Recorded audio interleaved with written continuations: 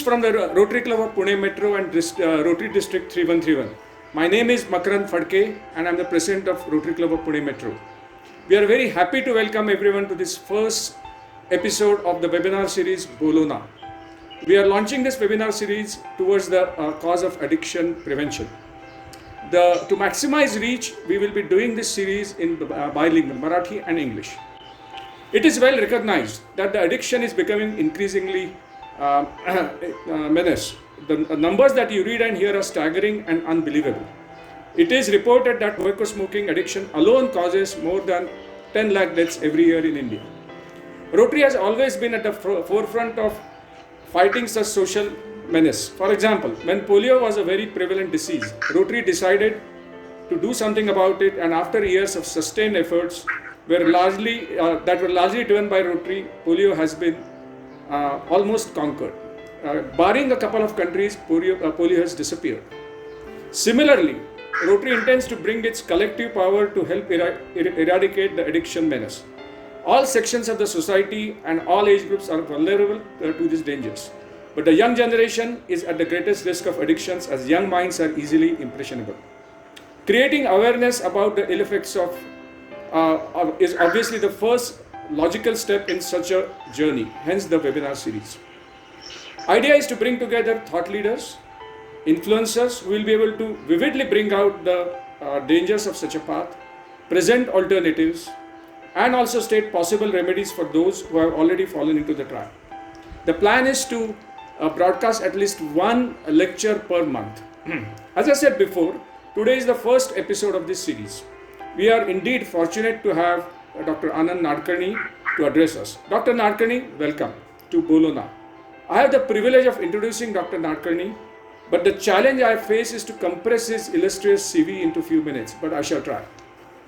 Dr. Anand Nadkarni completed his medical graduation from Mumbai and earned his MD in psychiatry from Mumbai University. He has been an active psychiatry practitioner for the last 4 decades.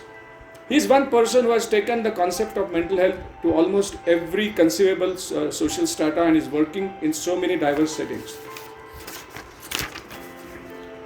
The range of activities that Dr. Nadkarni is involved is truly amazing. He consults individuals, he conducts training program for corporates, he is mentoring young artists, athletes, players, singers to optimize their performances. He is addressing a group of parents and teachers on diverse topics. He conducts training of elite commando forces and is also teaching postgraduate in psychiatry and psychology, and the list goes on. He has pioneered Institute of Psychological Health, or IPH, an NGO where more than 70 mental health professionals work under one roof. IPH is truly unique experiment in the field of mental health. Unique in many ways and only one of its kind in India and possibly in Asia. Dr. Nadkarni is also the founder and trustee of Muktangan De-Addiction Center here in Pune. Dr. Nadkarni has written 17 award-winning books in Marathi. Many of them are at double-digit editions. Some of the books are translated in English and, mind you, as well as in Braille. In addition to his literacy contribution in the form of books, plays written by him are regularly performed on professional Marathi stage and have won many awards. He has been a creative consultant to national award-winning films such as Kasav, Devrai, and state award-winning films Kadachit and Ani Kashinath Ghanekar. He has composed 3 albums of inspiring songs for young students. These albums are published and are being used in many educational institutes. With his study of Hindu philosophy, evolutionary psychology, world history, Indian history, world and Indian cinema, as well as literature, his conversations and presentations have a unique and rare perspective. Very rarely one will find an individual with such varied interests. He has received numerous awards and prizes for contribution in mental health, literature and dramatics, and the list is expanding every year. Recently, he won the Manasa National Award and Hirvai Sanman Puraskar. He has been awarded with Thane Nagar Ratna and Thane Bhushan awards from the city where he stays. It's truly amazing to see the diverse set of contributions that Dr. Nadkarni is making. We are truly grateful to you, sir, for accepting our invitation to be here today. In conversation with Dr. Nadkarni is our own past president, Dr. Madhavi Mehendale. Dr. Madhavi is an ophthalmologist by profession. Besides her profession, she has many interests and hobbies. She is a painter, a writer, and also very committed to the field of social work, particularly in education. She has been a Rotarian for past 15 years and also involved in many educational institutions. She is chair of Addiction Prevention Committee in Rotary District 3131. She is a governing body member of Maharashtra Education Society and chairperson Rani Lakshmibai Sainik Shala, chairperson Renuka Swarup Institute of Career Courses, and the list goes on. So thank you, Dr. Mendai, for agreeing to conduct this interview. I also want to thank District 3131 and DG Rashmi for the support for this project. I'd like to recognize Dr. Kaustubh Radkar, who has agreed to be the brand ambassador for the whole addiction prevention program. Also, without the help of District 3131 Addiction Prevention Committee, District PI team, and our own RC Metros team, we will not be here today. So thank you all. We are now keen to get the conversation going, and without further ado, I invite Dr. Madhavi to start the interview. Dr. Madhavi, please. Namaskar and welcome on behalf of Rotary District 3131 and Rotary Club of Pune Metro. Friends, we all know that problem of addiction exists all around us in all strata of the society across all age groups.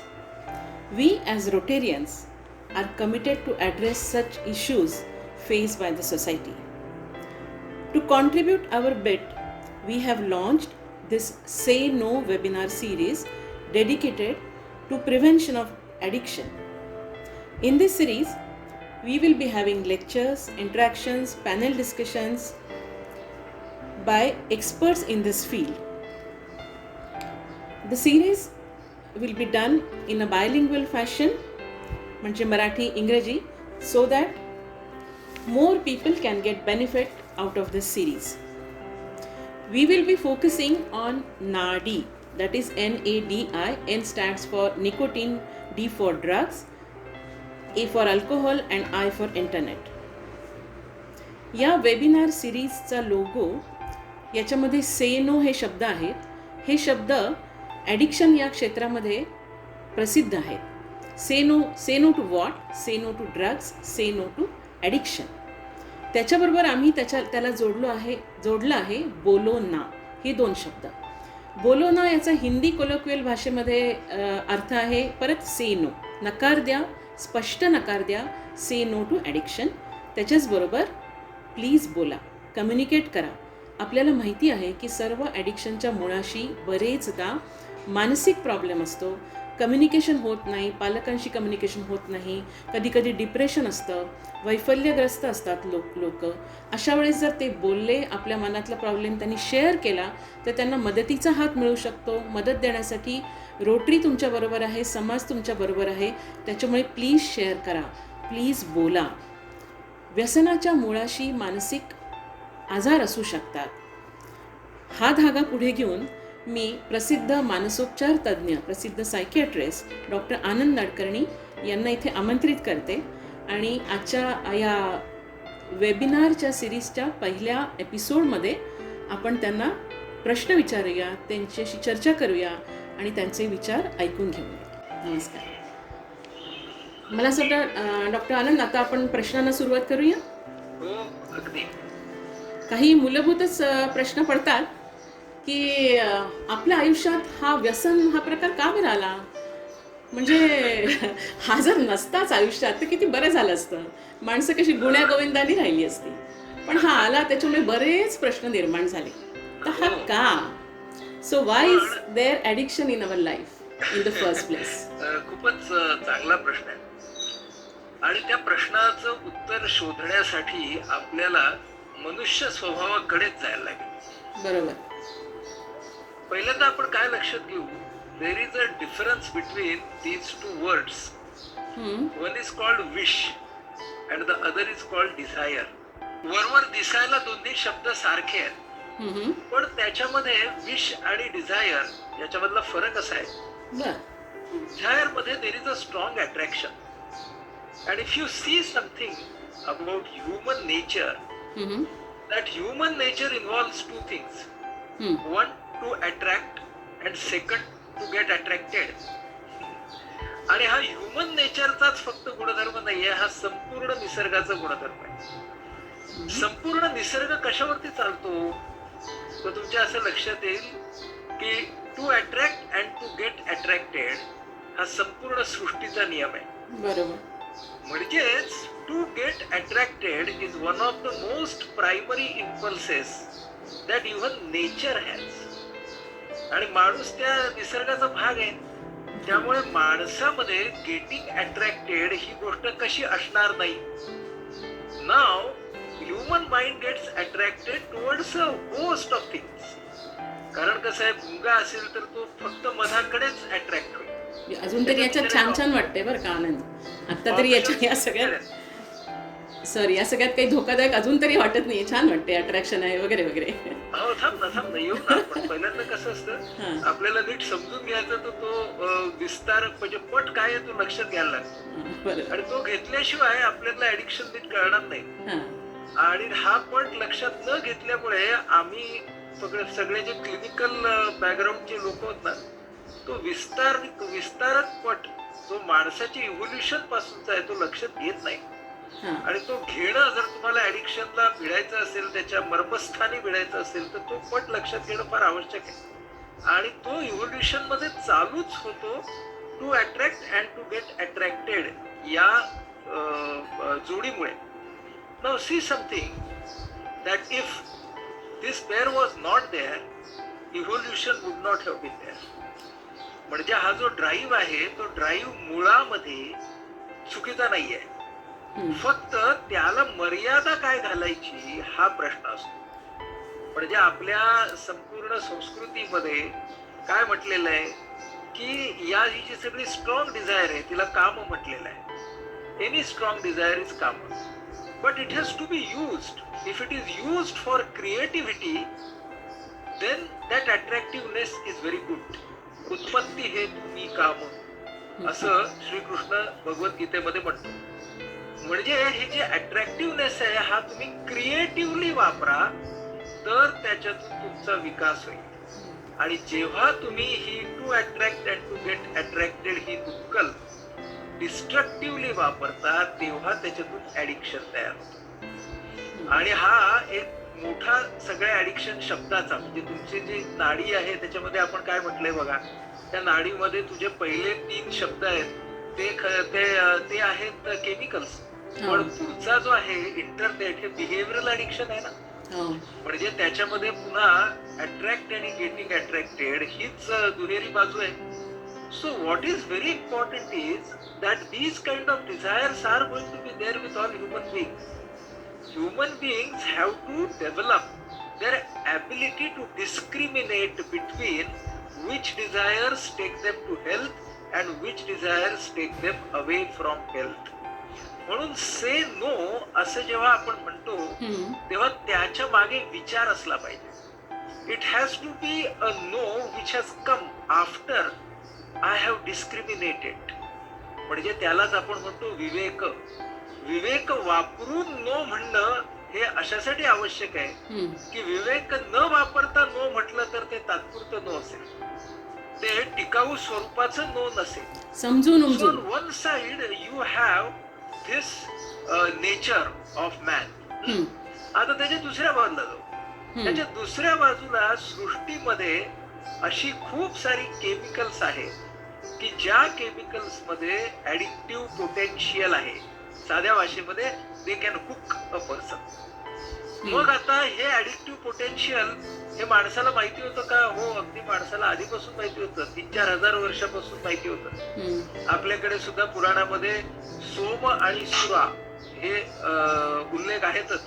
त्यातला सोम हा बहुतेक cannabis induced असावा आणि सुरा ही बहुतेक alcohol असावी असं लोकांचं म्हणणं आहे. म्हणजे अगदी चंद्रगुप्त मौर्याच्या काळातही ट्रॅव्हर्स होत्या आणि ज्याला आजच्या भाषेत आपण बार म्हणतो तर त्याच्यावरती वेगळ्या फ्लॅग्स असायचे. म्हणजे थोडक्यात इथं तुम्हाला अंमली पदार्थ मिळतील. म्हणजे अंमली पदार्थ सुद्धा आपल्या संस्कृती बरोबरच वाढलेले आहेत. आता ते का बरं वाढले असतील? कारण माणसाला एका वेगळ्या कॉन्शियसनेसची, ज्याला आपण नेहमीच्या भाषेत किक असं म्हणतो, किक. तर माणसाला ना किक हवी असते. माणसाला एक वेगळा कॉन्शियसनेस हवा असतो. मग तो ज्ञानानंद असेल, मग तो कलानंद असेल, मग तो अन्नामधला आनंद असेल, किंवा मग तो ऍडिक्शन मधला आनंद असेल. माणसाला आनंद हवा. आणि म्हणून हे ऍडिक्टिव्ह सबस्टन्सेस हे सिव्हिलायझेशन बरोबरच वाढले, हे आपण लक्षात घेतलं पाहिजे. पण त्या वेळेला आज जशी ऍडिक्शनची समस्या आहे, ती समस्या का बरं निर्माण झाली नाही? म्हणजे एकतर addictive substances were less in number. आज आपल्याकडे पुढे आपण बोलू की ऍडिक्टिव्ह सबस्टन्सेसचे कम्प्लीट फॅशन मार्केट आहे. मार्केटमध्ये जसं फॅशन मध्ये नवीन येत असते, जुनी जात असते, कालांतराने परत जुनी नवीन होऊन येत असते, तसं तिथं चालतंय. पण तो वेगळा मुद्दा झाला. पण त्या काळामध्ये सुद्धा या तऱ्हेचं ऍडिक्टिव्ह पोटेन्शियल असलेले लोक होते, पण ऍडिक्शनची समस्या खूप का नाही वाढली? त्याचं कारण असं आहे की the cultural norms were stricter at that time. म्हणून सर्व आदिम संस्कृतींच्या मध्ये सुद्धा ऍडिक्टिव्ह सबस्टन्सेसचा वापर असूनही संस्कृतीने घातलेले नियम इतके बंधनकारक होते आणि मुख्य म्हणजे लोक ते पाळत होते, त्यामुळे त्यातून क्लिनिकल वेव्स ऑफ ऍडिक्शन निर्माण झाले नाही. ती गोष्ट समजून घेणं फार महत्वाचं आहे. Chemical waves. क्लिनिकल म्हणजे आज आपण ज्या पद्धतीने संख्या म्हणतोय ना, तशी त्या काळात का बरं निर्माण झाली नाही?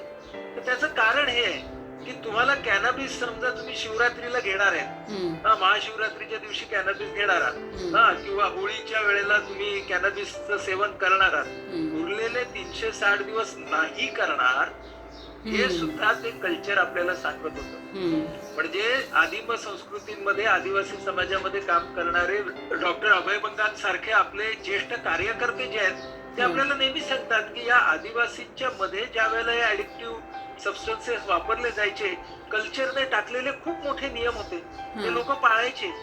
मग आता प्रश्न निर्माण होतो की माणसं जशी जशी प्रगत होत गेली, तसं खास करून गेल्या शतकाच्या मध्यापासून एक नवीन सामाजिक प्रवाह आला. त्याला आपण म्हणतो डेव्हलपमेंट ऑफ इंडिव्हिज्युअलिटी. स्वत्व ही गोष्ट हळूहळू पाश्चात्य समाज आणि तिथून पौरात्य समाजामध्ये यायला लागली. आणि जशी तुमची इंडिव्हिज्युअलिटी वाढते, तसं तुमच्या वरचा कल्चरचा आणि ट्रॅडिशनचा असलेला पगडा कमी होतो आणि तुम्ही तो झगडून कमी करता. याचे निश्चितपणे काही चांगले परिणाम होतात. पण जसे काही चांगले परिणाम होतात, त्याचबरोबर काही परिणाम असे होतात की आता cultural norms are not followed at all. व्यक्ती स्वातंत्र्याचा अतिरेक असं म्हणूया आपण. I know what is good for me. Right. आणि तसं झाल्यामुळे काय झालं, त्याची भर ह्याच्यात पडली. त्याचबरोबर काय झालं, ग्लोबलायझेशन आलं. त्यामुळे पूर्वीच्या काळामध्ये असलेल्या ऍडिक्टिव्ह सबस्टन्सेसच्या यादीमध्ये फार मोठी भर पडली.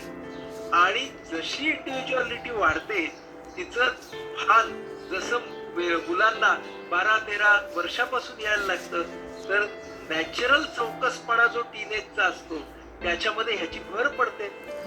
त्यामुळे today what we are seeing is that the average consumption of intoxicating substances in terms of variety has also increased. म्हणजेच असं की पूर्वीच्या काळामध्ये, म्हणजे मी जेव्हा कॉलेजमध्ये होतो त्यावेळेला आमचं एक्सपेरिमेंटेशन ऍडिक्टिव्ह सबस्टन्सेसचं हे कशापुरतं मर्यादित होतं? तंबाखू, अल्कोहॉल आणि क्वचित कधी कॅनॅबिस, कारण आमच्या वेळेला ब्राऊन शुगर यायची होती. पण आज जेव्हा कॉलेजमध्ये मुलं जातात, तेव्हा ऍडिक्टिव्ह सबस्टन्सेसची एक मेनू कार्ड असतं त्यांच्यासमोर. आणि त्यामुळं काय झालेलं आहे की फार लवकर एक्सपेरिमेंटेशन मध्ये बहुविध असं एक्सपेरिमेंटेशन केलं जातं. आणि म्हणून ऍडिक्शनचे जे मार्केट आहे, त्याचा नेहमी कॅफेटेरिया अप्रोच असतो. कॅफेटेरिया अप्रोच म्हणजे खूप सगळ्या गोष्टी ठेवल्या, तुम्हाला पाहिजे ती घ्या. त्याच्यात पूर्वीच्या काळामध्ये असा कॅफेटेरिया पण नव्हता.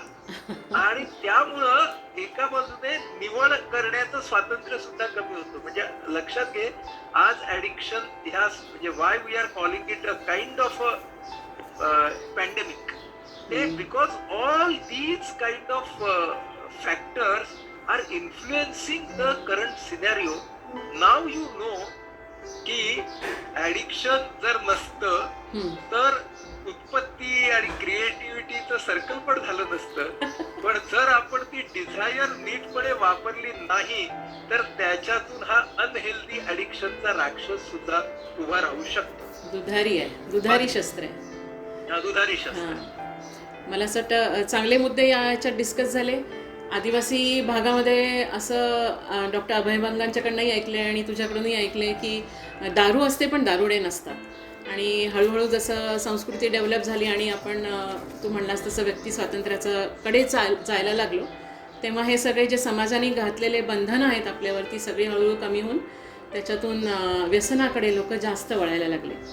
आज आपल्याकडे ऑडियन्समध्ये बरेचसे तरुण मुलं आहे, कॉलेजातली मुलं आहेत, तर त्यांच्या मनातले पण काही प्रश्न आहेत. So the students and the young population is really adventurous.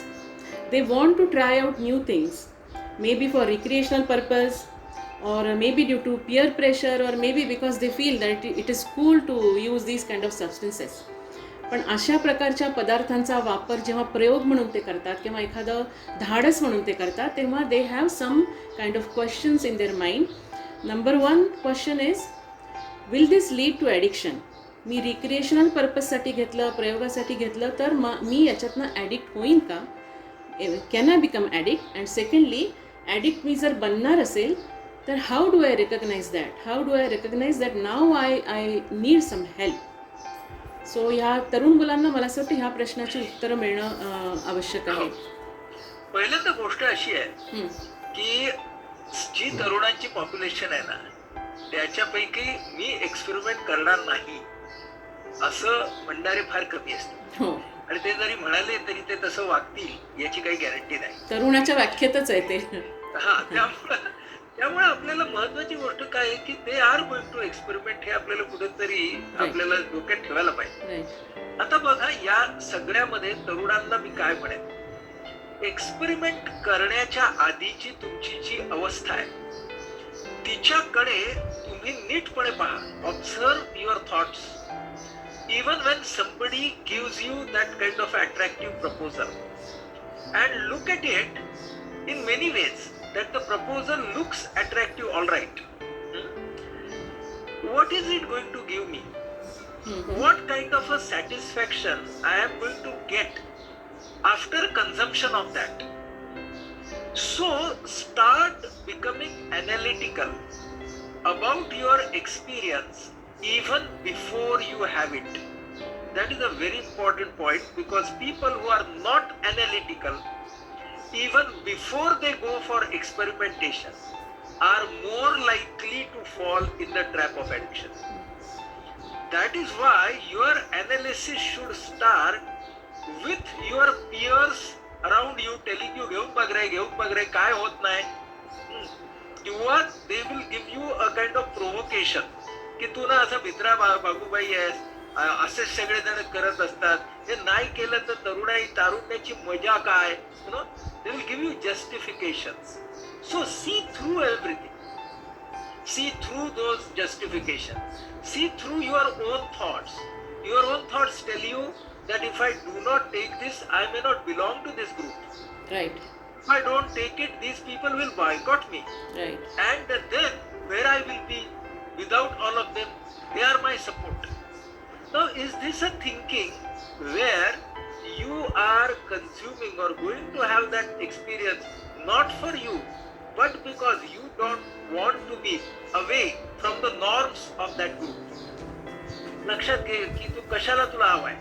काही काही मुलं असतात ते म्हणतात मला ग्रुपचं बिपचं काय नाही आहे, मलाच थ्रिल हवाय, मलाच ते थ्रिल हवाय, आय वॉन्ट दॅट एक्साइटेशन. बरोबर. मग त्याने अनालिसिस हे करायला पाहिजे की what are the sources of excitation around me. Mountaineering मधून सुद्धा मला एक्साइटेशन मिळू शकेल, मला नृत्यातून एक्साइटेशन मिळू शकेल, मला खेळातून एक्साइटेशन मिळू शकेल. त्या सगळ्या एक्साइटेशन मध्ये हे एक एक्साइटेशन आहे. म्हणजे काय होईल बघा की he starts, the student starts placing this choice amongst many choices. That comparative analysis is very important because what the peers are telling or what the mind of this person is telling, असं excitation ना जगात कुठंच नाही रे. म्हणायचं नाही, हे वेगळं आहे, पण अशी अनेक एक्सायटेशन जगात आहे आणि त्यातली काही हेल्दी आहेत. मग आपण हेल्दी आणि अनहेल्दी, मी याच्यामध्ये कुठेही ना ट्रॅडिशनली मोरॅलिस्टिक होत नाहीये बघा. हा मी फक्त हेल्थ आणि इल हेल्थ हा एक इश्यू फक्त घेतलाय. हा त्यामुळे हे पोटेन्शियली अनहेल्दी आहे का? आणि पोटेन्शियली अनहेल्दी असलेलं जर एखादं बिहेवियर असेल तर ते करताना माझी अनालिटिकल टेंडन्सी मी बाजूला ठेवता कामा नये. आता हे करून त्याने एक्सपिरियन्स घेतला तर त्याने त्या एक्सपिरियन्सही स्वतःच्या मनाशी अनालिसिस करावं. म्हणजे समजा त्याने कॅनॅबिस घेतला, 2-3 जॉईंट मारले, ते जॉईंट मारल्यानंतर ना त्याला असं वाटलं, वाव वंडरफुल यार, काय मस्त आणि शांत वाटते, आता माझ्या मनामध्ये सगळे क्रिएटिव्हिटीचे विचार येत आहेत आणि माझा जो प्रोजेक्ट 8 दिवस करायचा राहिला होता ना 24 तासात झाला यार, कॅनॅबिस कमाल की चीज आहे. आता हे जेव्हा तो म्हणतो तेव्हा त्याने अनालिसिस नाही केलेलं. मग त्याने हा विचार करायला पाहिजे की what did cannabis do? Cannabis gave him a chemical motivation. म्हणजे जो त्याने प्रोक्रॅस्टिनेट करत होता की नाही, 8 दिवस प्रोजेक्ट नव्हता करत, कॅनॅबिस घेतल्यावरती प्रोजेक्ट केला. म्हणजे कॅनॅबिसने काय तयार केलं? आर्टिफिशियल मोटिवेशन तयार केलं. ज्या वेळेला आर्टिफिशियल मोटिवेशन तयार झालं त्याच वेळेला आता परत घेतलं पाहिजे ही इच्छा तयार होते. आणि दॅट इच्छा is not a wish, it is a desire, because it has a very strong tendency of getting attracted. हे अनालिसिस केलं तर तो म्हणेल की यार, एकदा कॅनॅबिसमुळे एक प्रोजेक्ट पूर्ण झाला, पण मी जर प्रत्येक प्रोजेक्टसाठी वारंवार कॅनॅबिस वापरायला लागलो तर ते माझ्या करिअरच्या दृष्टीने खरं नाही. Now he has used his analytical tendency. Now he has therefore kept the use of even the experiment of cannabis in a perspective. So what is very important is to have experience with addictive substances is one thing, but to put that in perspective of my future, in perspective of my health, in perspective of my chosen goals and priorities. हे मी जर केलं ना तर मी experiment करून सुद्धा त्याच्यातून शहाणा, quote unquote शहाणा बनू शकतो. त्यामुळे ही गोष्ट लक्षात ठेवली पाहिजे प्रत्येक तरुणाने, तरुणीने, ज्यांना या तऱ्हेचं एक्सपेरिमेंटेशन करायचंय. दुसरा मुद्दा की मग मला कधी कळलं पाहिजे की यार मी ना यूज कडून कंपल्शन, अब्यूज कडे जातो आहे आणि कंपल्शन होतंय काय? डिपेंडन्स तर पुढची गोष्ट झाली. आधी आपण बघूया की यूज आणि अब्यूज. त्यामुळे यूज आणि अब्यूज हे पहिल्यांदा कळलं पाहिजे, कारण डिपेंडन्स आपल्याला कधीही सांगून होत नाही. डिपेंडन्स हा केमिकल असल्यामुळे तो मेंदूच्या द्वारे होतो, तो शरीराच्या द्वारे होतो. त्यामुळे एक लक्षात घ्या की डिपेंडन्स जेव्हा निर्माण होईल तर तो तुम्हाला सांगणार नाही. आपला विवेक, आपलं डिस्क्रिमिनेशन कुठे चालतं? बिटवीन यूज अँड अब्यूज चालतं. Once you become a chronic abuser, then you tend to go towards dependence in a almost mechanical way. म्हणजे ते तसं होण्याची शक्यता फारच वाढते, कारण त्याच्यामध्ये मेंदू इन्व्हॉल्व झालेला असतो. यूज आणि अब्यूज मध्ये इतक्या मोठ्या प्रमाणात मेंदूची केमिकल अजून इन्व्हॉल्व झालेली नसतात. म्हणून आपल्याला यूज आणि अब्यूज याच्यामधला फरक हा सगळ्या तरुणांना कळणं हे आवश्यक आहे. आधीची पायरी आहे, म्हणजे ही आधीची पायरी. आपण नीटपणे बघूया की what are the differences between use and abuse. Now see, when there is a abuse, the person starts getting a kind of a tolerance. So development of tolerance is the first step towards abuse. म्हणजे मला पूर्वी 3 सिगरेटी ओढून छान वाटायचं, breakfast नंतर, जेवणानंतर, रात्रीच्या जेवणानंतर. पण आता समजा मी हॉस्टेलवरती राहतोय तर जेवणानंतर नाही, अभ्यास करताना सुद्धा, टॉयलेटला जाताना सुद्धा आता मला ना 5-7 अशा सिगरेटी लागायला लागलेल्या आहेत. म्हणजे आता माझा टॉलरन्स डेव्हलप होतोय, मला 3 पुरेशा पडत नाही. मी पब मध्ये जाऊन बसायचो आणि वीकेंडला मी फक्त अल्कोहोल कन्झ्युम करायचो. आता हळूहळू असं झालेलं आहे की माझी पावलं त्या पब कडून जाताना दे हॅव स्टार्टेड प्लॅनिंग, यार शुक्रवार कधी येणार आहे, वीकेंड कधी येणार आहे, ये वीकेंड कब आएगा, मैं कब वहां बैठूंगा आणि माझ्या मनाची गाडी चालू झाली. पहिल्यांदा लक्षात घ्या, मन ज्या वेळेला अशा प्रकारची चित्र वारंवार आपल्या समोर उभं करायला लागतं, that is the first step of abuse. That you have not consumed, you are not going to consume, but your mind has started showing you short films of that experience. की अरे तू बसलायस आणि काय धमाल यार, सगळेजण बसलेत तिकडे त्या विकेंडला. हे विकेंडचं स्वप्न आठवडाभर पडायला लागलं.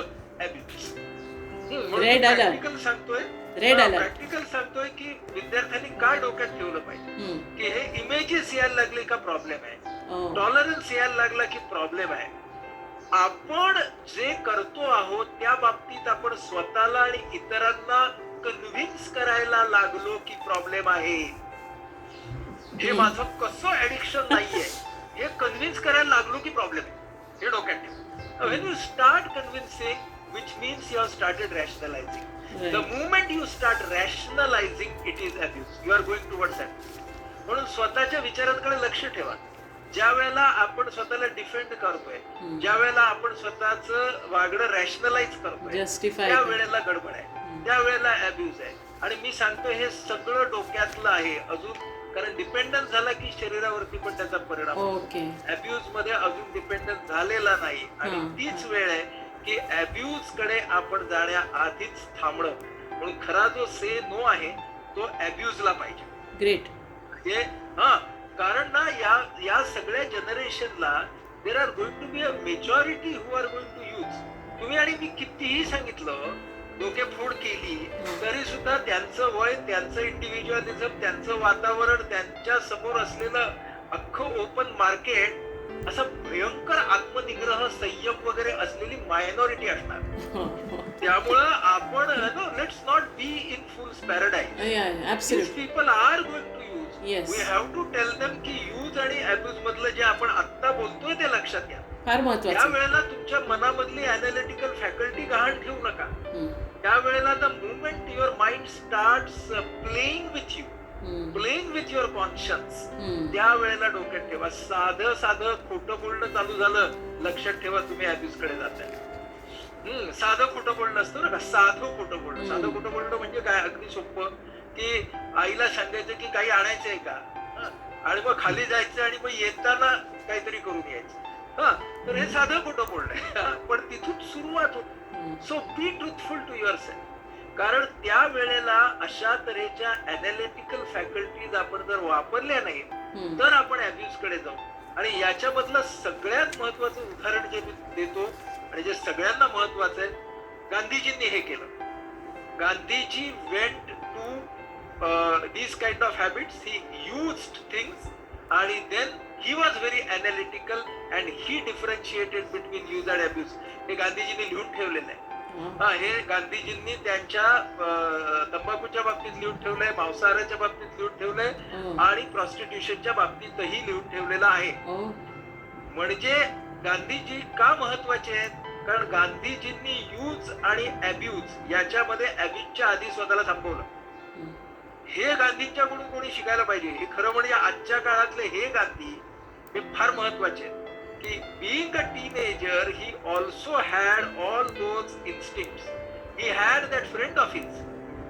आणि त्या फ्रेंडच्या ते इन्फ्लुएन्स खाली आले. पण गांधींना 100% मार्क आपण पुढे द्यायला पाहिजे की यूज आणि अब्यूज मधला फरक.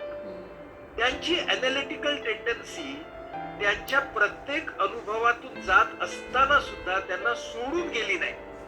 मग एक टिप देतो शेवटची आणि थांबतो कारण ती महत्वाची आहे. मग अनालिटिकल टेंडन्सी म्हणजे काय, तर अनालिटिकल टेंडन्सी म्हणजे work on your thinking awareness and emotional awareness. माझ्या डोक्यात आत्ता कोणते विचार चालू आहेत हे बघायचा प्रयत्न करा. स्वतःला विचारांपासून थोडंसं अलग करा. माझ्या डोक्यात चाललेले विचार म्हणजे मी नव्हे. I am thinking but I am not equal to my thinking. I am feeling but I am not equal to my feeling. The moment I become equal to my thinking and feeling, I am more likely to succumb. The moment I dissociate a little, माझा जो मी पण आहे तो मी माझ्या विचार आणि भावनापासून थोडासा अलग केला, थोडासा विलग केला, तर माझं अनालिसिस करता येतं. गांधीजींनी हेच केलं जे त्यांनी आपल्या सत्याचे प्रयोग मध्ये लिहिलेलं आहे, as a teenager, as a youth. त्यामुळे ती गोष्ट युथ साठी फार महत्वाची. आणि हे जर आपण समजलं ना की युथ कडून अब्यूज कडे जायच्या आधी आपण थांबायचंय आणि ते अनालिसिस आपल्याला करायचंय, तर तुम्ही त्याच्यातून फार चांगल्या पद्धतीने बाहेर पडू शकता. मी माझंच उदाहरण देतो. बर. मी जेव्हा मेडिकलला गेलो त्यावेळेला माझ्या लॉबीमध्ये हॉस्टेलच्या तंबाखू खाणारे भरपूर होते. तर मला त्यांनी नेलं फर्स्ट MBBS ला आणि ते 120, 300 खिमाम ह्याव त्याव असं सगळे ती पानं, आमचा पानवाला होता KM हॉस्पिटलच्या समोर, तर त्याच्याकडे आम्ही सगळेजण गेलो आणि मग खारे खाल्लं की जे काय होतं. आणि पहिल्यांदा खाल्ल्यावरती पण थोडं अनालिटिकल जागृत होतं बरं काही. तर खाल्ल्यावरती मी पहिला गाढवपणा काय केला, मी त्यांच्या दृष्टीने गाढवपणा, की मी तो तंबाखूचा जो रस होता तो गिळला. तो तंबाखूचा रस गिळल्यावरती तो गॅस्ट्रायटिस झाला. म्हणजे उचक्या द्यायला लागल्या धडाधड. त्यामुळे जो काही तंबाखूचा चांगला म्हणून एक्सपिरियन्स येणं अपेक्षित होतं त्याच्यावरती बट्टेबोळच झाला त्याचा. आता मला वाटतं की बरं झालं माझी पहिली गाठ तंबाखू बरोबरची अशा प्रकारे फार सुखदायक नाही झाली. हे मला वाटलं बरं झालं, ठीक आहे बाबा, चांगलं झालं. पण त्याच वयात होतो ना, एकदा एक्सपेरिमेंट झाल्यावरती महिनाभर मी तग काढला, कारण मला असं वाटत होतं की यार आपल्यातले आपण ह्याच्यातले नाही आहोत. हे हॉस्टेलमध्ये मस्तपैकी जेवण झाल्यावरती कसं जाऊन पान खातात आणि आपण काय खातो, तर आपण बनारस मसाला, कत्री, सुपारी, मिठा पान खातो. आणि त्यावेळेला हे सगळेजण आपल्याकडे कसे बघतात ना की ते उच्च आणि आपण नीचे, बावळट आहे बावळट आहे, यायला काही माहित नाही. मी दुसरा प्रयोग केला बरं, दुसऱ्यांदा केला प्रयोग की आता अगदी हे गिळायचं नाही बरं का. आणि मग माझ्या असं लक्षात आलं की हे गिळायचं नाही, मग ते थुंकायचं. हे सगळं बघितल्यावरती ना मला वाटलं, स्वतःला मी प्रश्न केला, व्हाय आर यू डुइंग, राईट, आणि का तुला ह्याच्यातून काय मिळणार आहे, आणि तू हे थुंकणार आहेस, हे सगळे तू घाण करणार आहेस कशासाठी, याच्याशिवायचं तुझं आयुष्य हे काय वाईट बनणार आहे का, तुझ्या आयुष्याची क्वालिटी ही याने वाढणार आहे का कमी होणार आहे, असा मी 2 दिवस विचार केला. आणि मग त्यानंतर माझा निर्णय घेतला की आपण तंबाखूला नाही बाबा स्पर्श करायचा. मी तंबाखूला स्पर्श करायचा नाही ह्याच्यासाठी हे नाही सांगत आहे, मी एवढ्यासाठी हे सांगतोय की how thinking awareness helps. How thinking awareness takes you towards analytical thinking and once you start analytical thinking you are more likely to be rational. याच्यासाठी हा अनुभव तुमच्या बरोबर शेअर केला. माधवी, हा खूपच महत्त्वाचा टेक होम मेसेज आहे सगळ्या तरुण मुलांच्यासाठी. यूज आणि अब्यूज या स्टेजला आपण ॲनालिसिस करायला पाहिजे, याच्यातून आपल्याला काय मिळतं याचा विचार करायला पाहिजे, आणि कुठल्या स्टेजला याच्यातून बाहेर पडायचं किंवा हीच स्टेज आहे याच्यातून बाहेर पडायची, हा मेसेज याच्यातनं सर्व तरुणांना आता खूप चांगला मिळालेला आहे. आनंद, मगाशी आपण जे बोललो की व्यसन नसतं तर काय झालं असतं, तेव्हा म्हणजे ती व्यक्ती, तिची परिस्थिती, सभोवतालची परिस्थिती, तिथली पर्सनॅलिटी ट्रेट त्या माणसातले, आणि त्याचबरोबर ते जे काही पदार्थ अवेलेबल आहे ज्याच्यापासून माणसाला व्यसन होतं ते पदार्थ, तो या सगळ्या तिघांच्या संदर्भात आता will you be talking about this का at a later stage? whatever you say. And the dependence part of it. Yeah. So we have reached up to abuse part of it. Now the dependence part. And now the dependence part of it. Yes. So now the dependence part is the next step and we have come to that point. आता dependence कडे कसं बघावं, तर dependence ह्याचा अर्थ पहिल्यांदा आपण समजून घेऊया, आणि तो अर्थ समजायला तसा एकदम सोपा आहे. तुम्ही तुमच्या डोळ्यासमोर सगळेजण एक कात्री आणा, म्हणजे get a scissor in front of you. तर सीझरला काय असतं, देर आर हे 2 ब्लेड्स असतात आणि इकडचे 2 हे उघड्याच्या मुठी असतात, आणि मध्ये एक स्क्रू असतो ज्याच्यावरती या 2 मुठी आणि हे 2 पाती या दोघांचं काम चालू असतं. ओके, आता बघा, जी 2 पाती आहेत ना कात्रीची, त्यातल्या एकाला म्हणायचं फिजिकल डिपेंडन्स, दुसऱ्याला म्हणायचं सायकोलॉजिकल डिपेंडन्स. मग आता फिजिकल डिपेंडन्स ह्याचा अर्थ काय झाला की माझ्या मनामध्ये शारीरिक क्रेव्हिंग तयार होतं. शारीरिक क्रेव्हिंग, फक्त इच्छा नाही, माझं शरीर मागायला लागतं की यार ये चाहिए मुझे. म्हणजे अल्कोहोल असेल तर माझे हातपाय थरथरायला लागतात. म्हणजे काय की शरीराचा डिपेंडन्स चालू झालेला आहे. किंवा ड्रग्ज असतील तर मला नाकाडोळ्यातून पाणी यायला लागतं, माझ्या पोटामध्ये गोळे यायला लागतात. आणि जर एकदा मी ते नार्कोटिक घेतलं की शांत सगळं मस्त. म्हणजे काय की फिजिकल डिपेंडन्स निर्माण झाला. दुसऱ्या बाजूला सायकोलॉजिकल डिपेंडन्स, त्याला आम्ही काय म्हणतो क्रेव्हिंग, डेव्हलपमेंट ऑफ क्रेव्हिंग. म्हणजे the desire gets escalated to craving. Wish, desire, craving. मग आता क्रेव्हिंग आणि डिझायर ह्याच्यामधला फरक काय? तर desire can stand some sort of postponement, craving can't. Craving याचा अर्थ असा की ते पोस्टपोन करताच येत नाही, आत्ताच पाहिजे. It can't be postpone. Wish असते ना ती पोस्टपोन करता येते. म्हणजे I wish I had ice cream this evening. Ice cream मला खायला बरं झालं असतं तर ना ठीक आहे पुढच्या रविवारी खाईन, असं मी म्हणू शकतो. मला पोस्टपोन करायला त्रास होत नाही. डिझायर कशाला म्हणायचं? I can postpone but there is a lot of trouble in postpone. म्हणजे मला सतत स्वतःला कन्व्हिन्स करायला लागतं, हो रे बाबा पण आता बघू, हा पुढच्या वेळेला खाऊ, हा पुढच्या रविवारी, असं करायला. आणि क्रेव्हिंग याचा अर्थ काय? I can't postpone. मला आता ते हवं म्हणजे हवंच. हे निर्माण झालं की सायकोलॉजिकल डिपेंडन्स निर्माण झाला. ओके. मग आता सायकोलॉजिकल डिपेंडन्स आणि फिजिकल डिपेंडन्स हे कुठल्याही ऍडिक्शनचे दोन भाग आहेत. काही ऍडिक्टिव्ह सबस्टन्सेस असे आहेत की ज्यांच्यामध्ये दोन्ही आहे, म्हणजे सायकोलॉजिकल डिपेंडन्स पण आहे, फिजिकल डिपेंडन्स पण आहे. काही असे आहेत की ज्यांच्यामध्ये जास्त सायकोलॉजिकल डिपेंडन्स आहे, फिजिकल डिपेंडन्स खूप कमी आहे. उदाहरणार्थ कॅनॅबिस. काहींच्या मध्ये फिजिकल डिपेंडन्स फार लवकर निर्माण होतो, जसं की ब्राऊन शुगर. त्याच्यामध्ये वेगवेगळे हे आहेत, वेगवेगळे कप्पे आहेत. पण मुळात काय, फिजिकल डिपेंडन्स आणि सायकोलॉजिकल डिपेंडन्स या दोन गोष्टी आहेत. या दोन पात्यांच्या मध्ये माणसाचं अस्तित्व आता कातरून निघायला लागतं. ही पाती आहे, हा माणूस आहे, त्याचं अस्तित्व आता असं कातरून निघालेलं आहे आणि गच्च पकडलेलं आहे त्या माणसाला या दोन तऱ्हेच्या डिपेंडन्सने. ओके. आता समजा या माणसाची घुसमट होते, तो या तावडीत सापडलेला आहे, यार फिजिकल डिपेंडन्स, मेंटल डिपेंडन्स चालू आहे, मला याच्यातून बाहेर निघायचंय, मला याच्यातून बाहेर निघायचंय, असं जेव्हा तीव्रतेने त्याला वाटायला लागतं तेव्हा त्याची एक मूठ जी आहे ना, त्याला आम्ही म्हणतो मोटिवेशन. मोटिवेशन म्हणजे त्याला रात्रीची मूठ आहे की त्याला वाटतंय आता की याच्यातून बाहेर पडलंच पाहिजे, त्याची इच्छा. ओके. मग दुसरी मूठ काय आहे, तर त्याला सपोर्ट पाहिजे, फक्त त्याच्या इच्छेने नाही चालत. म्हणजे त्याला सपोर्ट पाहिजे. रात्रीची एक मूठ त्याचं मोटिवेशन, दुसरी मूठ त्याचा सपोर्ट. आणि मग आपल्याला ओपन करायचे की नाही पाती, म्हणजे दोन मुठी आणि दोन पाती यांच्यामध्ये स्क्रू आहे. तो स्क्रू म्हणजे ट्रीटमेंट. म्हणजे आता बघ एकदम सिंपल मॉडेल कुणालाही कळेल की मला व्यसनातून डिपेंडन्स मधनं बाहेर पडायचं असेल तर कात्रीचा एक त्याचा भाग आहे तो सेल्फ मोटिवेशन.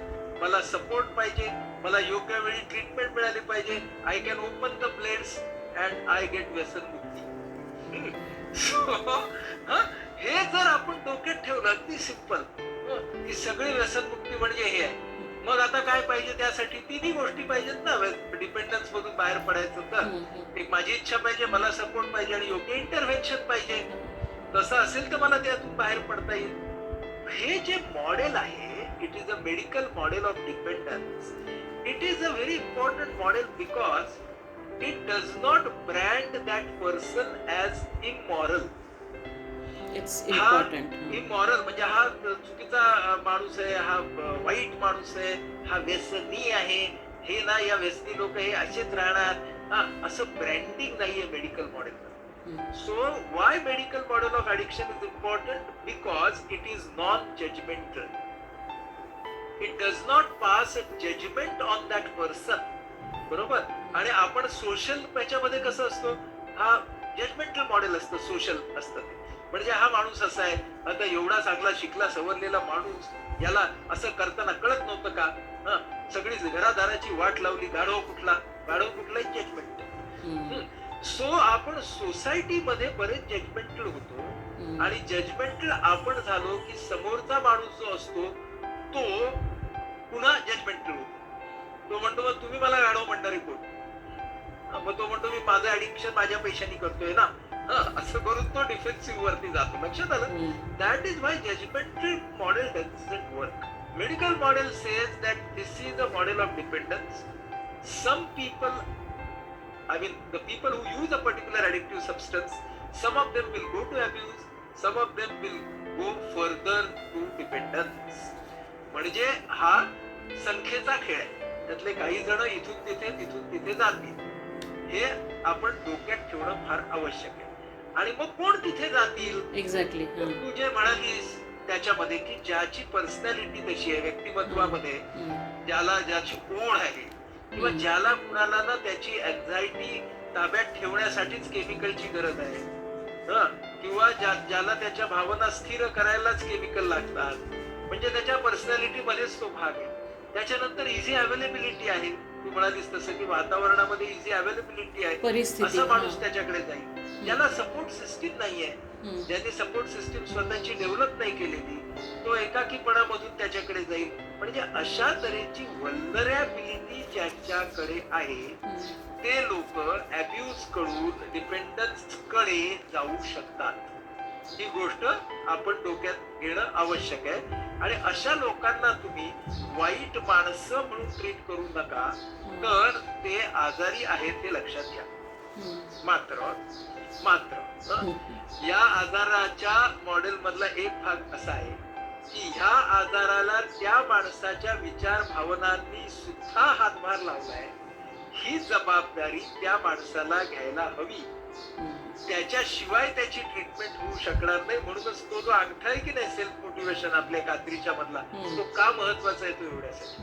म्हणजे मला जर एखादा शारीरिक आजार झाला तर ना त्याच्यामध्ये तशी माझ्या विचार भावनांची जबाबदारी नसते, पण याच्यामध्ये माझ्या विचार भावनांची जबाबदारी सुद्धा हा डिपेंडन्स होण्यामध्ये आहे. याच्याकडे मी डोळे आड करून चालणार नाही, हे मला लक्षात घ्यावं लागतं. So this is in short the medical model of dependence. Madhavi, थोडासा व्यापक प्रश्नाकडे पण येऊया की ॲडिक्शन या प्रकाराचा किंवा व्यसनाधीनता या प्रकाराचा ग्लोबल सिनेरिओ सध्या काय आहे आणि त्याच्या कम्पॅरिझनमध्ये इंडियातले ट्रेंड्स काय आहेत. एक स्केरी टर्म ऐकली आहे की ॲडिक्शन मॉल. आता हे सगळं काय आहे? आता ऍडिक्शन मॉल हा आपल्या नेहमीच्या मॉल सारखा नसतो, म्हणजे पण त्याची पद्धत तीच असते. म्हणजे मॉल मध्ये तुम्ही काय करता माहिती, मॉल मध्ये तुम्ही पहिल्यांदा भटकता, बरोबर. तुम्ही प्रत्येक वेळेला काही मॉल मध्ये खरेदीच करता असं नाही, पण तुम्ही का बरं भटकता? Because you want to know how many choices you have. Addiction mall याचा अर्थ असा आहे की आज प्रत्येकाला त्याच्या कपॅसिटी प्रमाणे, म्हणजे आर्थिक, शारीरिक, हे सगळं त्याला 5 रुपयाचं घ्यायचंय का 50 रुपयाचं घ्यायचंय का 500 रुपयाचं घ्यायचं. त्याला मॉल का म्हटलं माहितीये? त्याला मॉल अशासाठी म्हटलंय की तुम्हाला एक तर फिरता येईल, त्याच्यानंतर स्वतःला काय परवडतंय ते घेता येईल, बरोबर. आणि ते तुम्हाला सगळे लोक बरोबर असतात ना तुमच्या, त्यामुळे काय होतं, युअर बिहेवियर इज व्हॅलिडेटेड. लक्षात घे की when there are so many people who are doing that behaviour, your behaviour automatically gets validated. मी नाही करत एकटा, सगळे लोक मॉलमध्ये जात आहेत, त्यांच्या बरोबर मी आहे. त्यावेळेला मी मॉलच्या बाहेर किती जनात आहे ते बघत नाही सोयीस्करपणे. क्या बात आहे. म्हणजे मी मॉलच्या आतमध्ये किती लोक आहेत एवढंच मी पाहतो ना ग. It is very important is की तो मॉलचा अर्थ लक्षात घे. त्या मॉल मध्ये ही सगळी मानसिकता आहे म्हणून तिला मॉल म्हणायचं. आणि मग तिथे तुम्हाला दुसरं काय, you have variety of addictive substances. आणि पोस्ट ग्लोबलायझेशन काय झालं तुला सांगतो. पोस्ट ग्लोबलायझेशन असं झालं की इकडचं ऍडिक्शन तिथे पोहोचायला आता फारसा वेळ लागेल असं झालं. अमेरिकन मार्केटमध्ये अमुक एक गोष्ट आली, आर्टिफिशियल कोकेन आलं, सिंथेटिक कोकेन आलं की आलंच ते 2-3-4 आठवड्यामध्ये भारतामध्ये आलंच ते, कारण हे ग्लोबलायझेशन. त्यामुळे बरं काय झालं, इकडची मुलं, म्हणजे फक्त मुलं नाही, माणसं, व्यक्ती एका देशातून दुसऱ्या देशात जायला, लोक एक्सप्लोअर करायला लागले. आणि एक लक्षात घ्या की या एक्सप्लोरेशन मध्ये टुरिझमचाही फार मोठा वाटा आहे. हा आपण लक्षात घेत नाही, पण ऍडिक्शन आणि टुरिझम ह्याचं पण एक नातं आहेच आहे. अनेक लोक ऍडिक्शन साठी टुरिझमला जातात. पत्ते खेळणारे गॅम्बलर्स हे ऍडिक्शन साठी टुरिझमला जातात. ज्यांचं सेक्शुअलिटीचं क्रेविंग जास्त असतं ते त्यासाठी टुरिझमला जातात आणि मग त्या एक्सपेरिमेंटेशनच्या बरोबर ऍडिक्टिव्ह सबस्टन्सेसचं एक्सपेरिमेंटेशन करतात. जगामधल्या ऍडिक्शनच्या मार्केटला काही प्रमाणात टुरिझमने हातभार लावला आहे, हे सत्य आहे. त्यामुळं म्हणजे टुरिझम वाईट आहे असं मला अजिबात नाही म्हणायचं, पण म्हणजे कसं आहे माहितीये, तुम्ही जेव्हा प्रवासाला निघणार तेव्हा वेगवेगळ्या हेतूचे प्रवासी निघणार ना. सगळेच जण काही तीर्थयात्रेला जाणार नाही की धार्मिक स्थळांना भेटी देऊ वगैरे. काही लोक म्हणणार आम्हाला थायलंड मध्ये जाऊन स्पाच मध्ये जायचंय, तेच आमचं तीर्थक्षेत्र आहे, असं पण म्हणणारे लोक असणारच ना.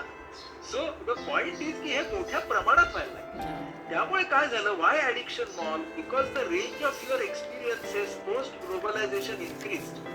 ओके, या ऍडिक्शन मॉल मध्ये अजून कशाची भर पडली आहे मी तुला सांगतो, सोशल मीडियाची. सोशल मीडियावरती ऍडिक्टिव्ह बिहेवियरचे खूप सारे एव्हिडन्सेस लोक टाकतात. इव्हन ड्रग रॅकेट्स वाले, मार्केटवाले बोलून हे टाकतात की हे चक्क चक्क चक्क ऍडव्हर्टायझिंग आहे. ऍडव्हर्टायझिंग म्हणजे आपल्या देशामध्ये कसं सरोगेट ऍडव्हर्टायझिंग होतं की नाही, दारूचं, सिगरेटचं होतं की नाही, म्हणजे ते म्हणजे काहीतरी हा अमुक एक सोडा असतो, तमुक एक काहीतरी रेकॉर्डिंग असतं, सीडी असतात, रेकॉर्डेड सीडी तुम्हाला आणि मला माहिती असतात, दारूचा ब्रँड आहे.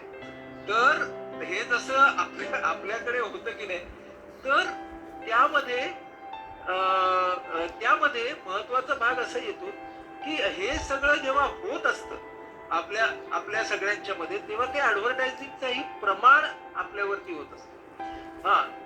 आणि एक काय लक्षात घ्या की जेव्हा तुम्हाला पहिला एक्सपिरियन्स वाईट येतो तेव्हा सुद्धा माणसं का तो परत घेतात, त्याचं एक कारण पिअर प्रेशर मध्ये. मी माझ्या अनुभवात सांगितलं की मी अॅनालिटिकल माइंड वापरून दुसऱ्यानंतर स्वतःला ठीक केलं.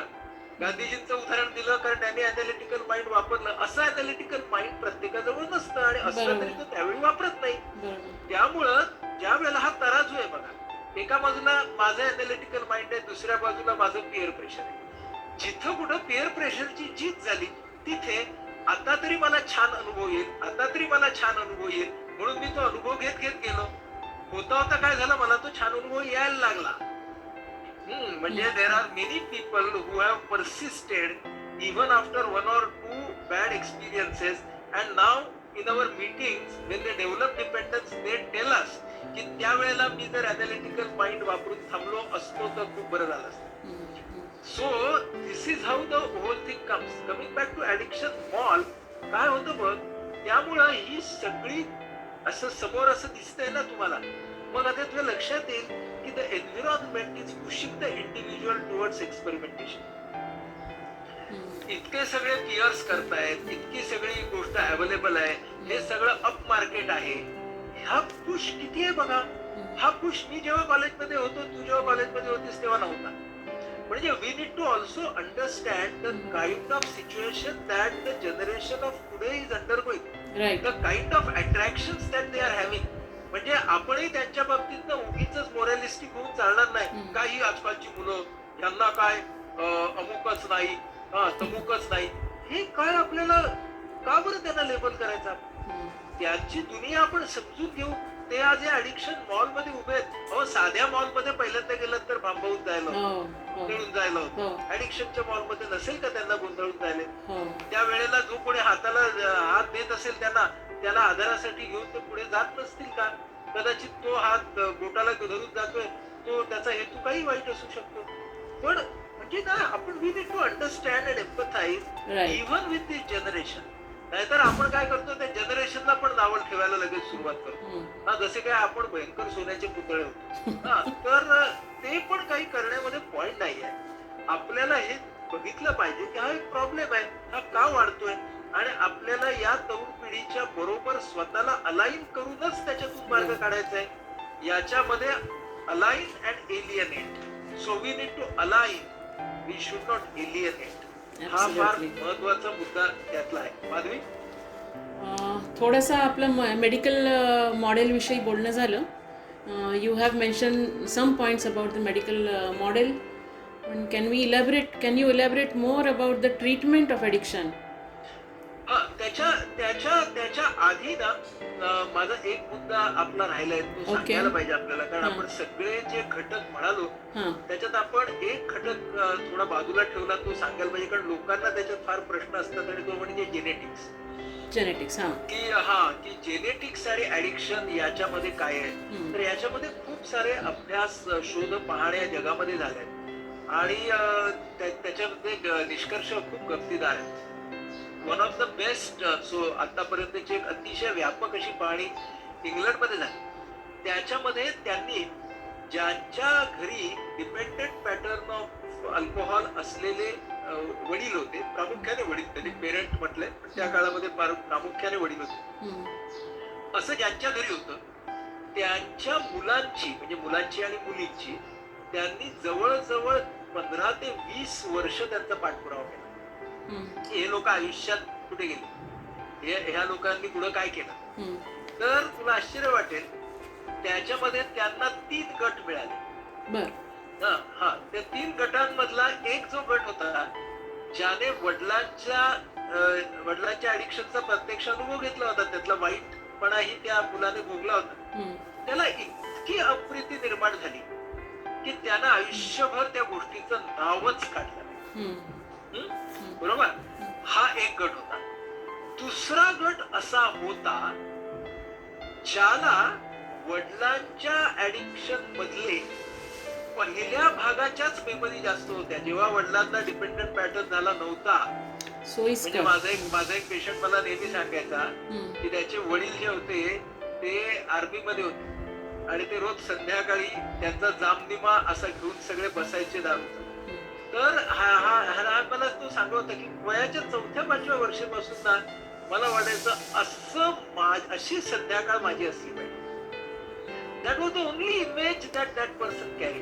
इट हॅड ग्लॅमर ऍडिक्शन वगैरे वगैरे. पण मुद्दा काय आहे त्यातला की it's not the family history, but it is the way how you look at it. कारण आता या शोध पाहणीचा तिसरा भाग असा आहे, तिसरा गट असा होता की त्याच्यामध्ये ते लोक सोशल ड्रिंकर राहिले आयुष्यभर.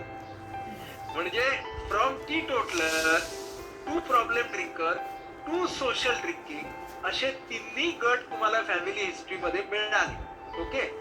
मग आता लोकांनी याच्यावरती संशोधकांनी संशोधन केलं की याचा अर्थ याच्यामध्ये काही न्यूरोलॉजिकल फॅक्टर आहे का. मग तो न्यूरोलॉजिकल फॅक्टर त्यांना जो जेनोम एक्सपेरिमेंट केला गेला, आपल्या मोठा एक जगामधला जेनोम एक्सपेरिमेंट केला गेला, त्याच्यामध्ये त्यांना असं दिसून आलं की काही म्हणजे अल्कोहोल हे मेटाबॉलाइज जेव्हा होतं तेव्हा त्या मेटाबॉलायझेशन ऑफ अल्कोहोल मध्ये, खूप ढोबळ सांगतोय, जे वेगवेगळे केमिकल्स असतात त्या केमिकल्स बरोबर आपली नर्व सेल कशी रिॲक्ट होते याचे पॅटर्न्स त्यांना मिळाले.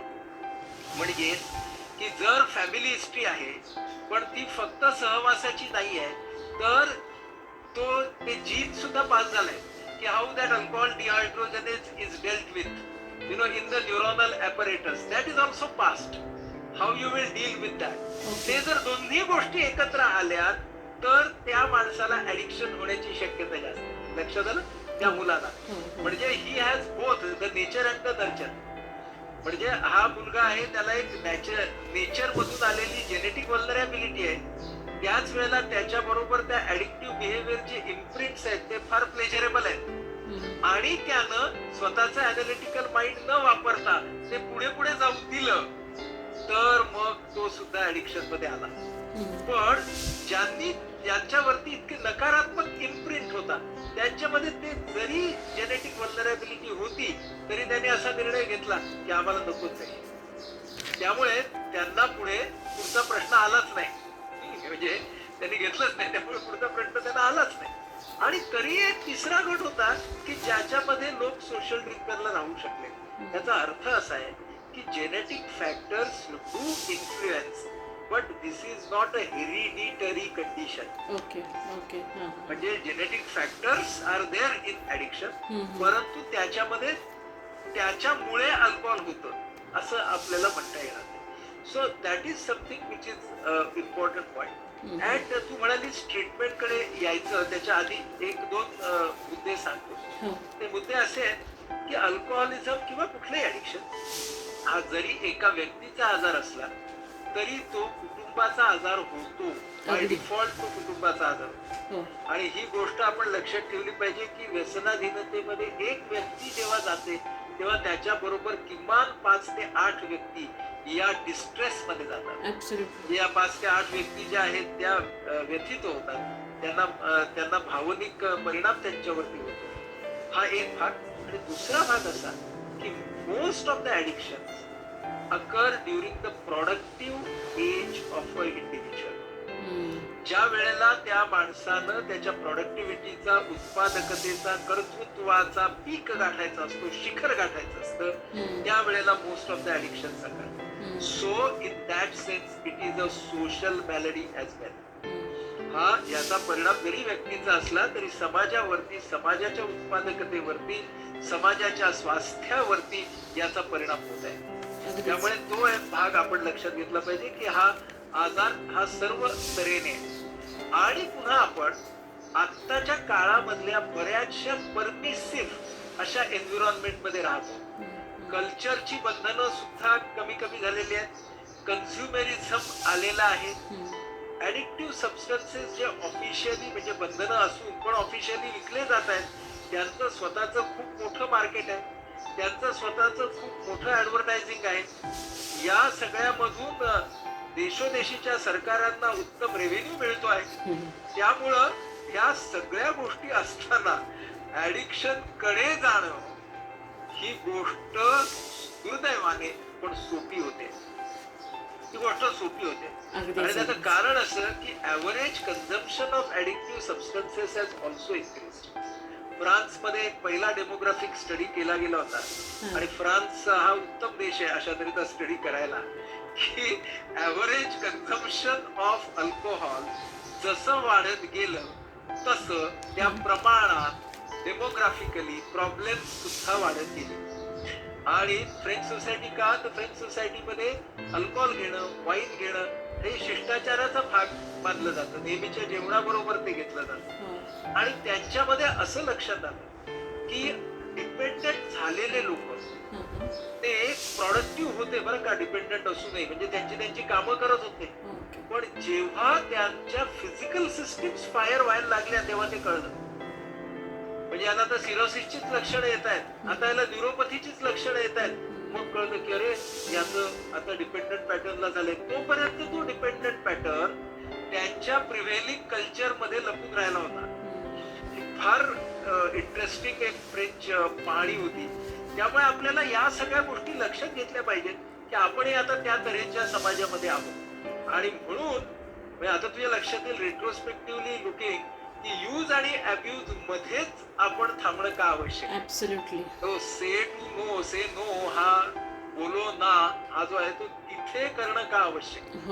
आणि म्हणूनच त्या वेळेला आता आपण जी चर्चा करतोय बोलो ना वाली, म्हणजे बोलो ना अशी की आता बोलूया आपण या विषयावरती, ती चर्चा आता होणं विद्यार्थ्यांच्या दृष्टीनं आणि समाजाच्या दृष्टीनं फार महत्वाची गोष्ट आहे. आता ट्रीटमेंटकडे.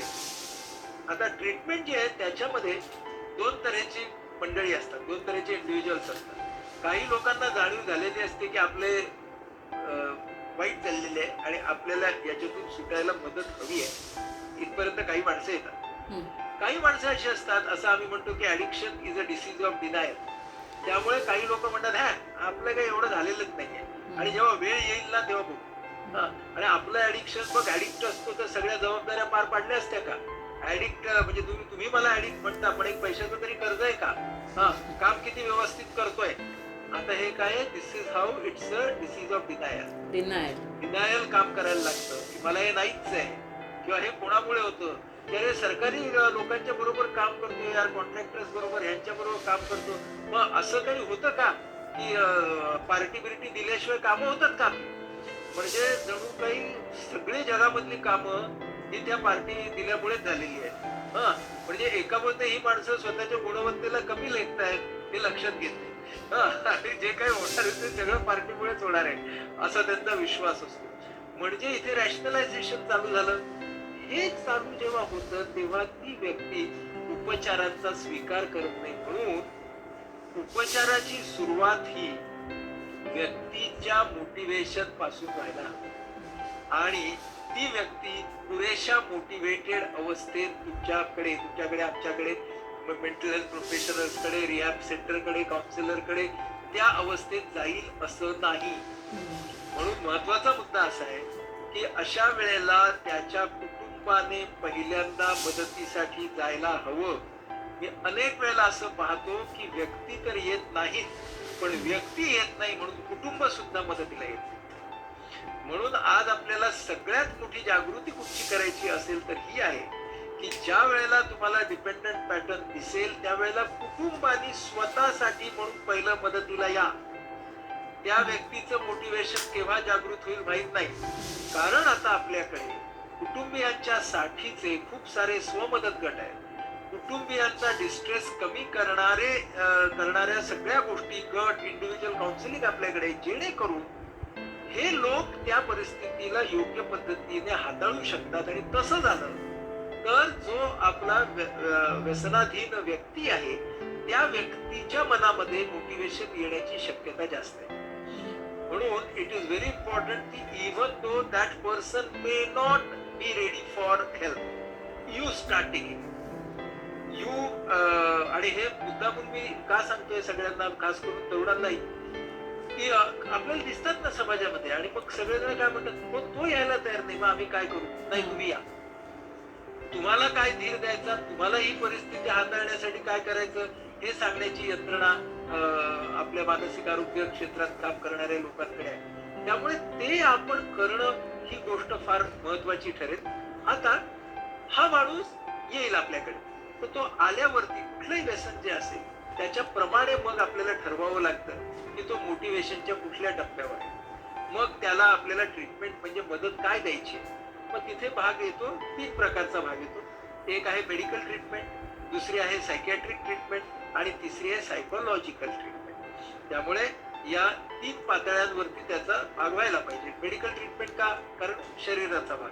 सायकॅट्रिक ट्रीटमेंट का, कारण सगळेच ऍडिक्टिव्ह सबस्टन्सेस हे मेंदूवर काम करतात.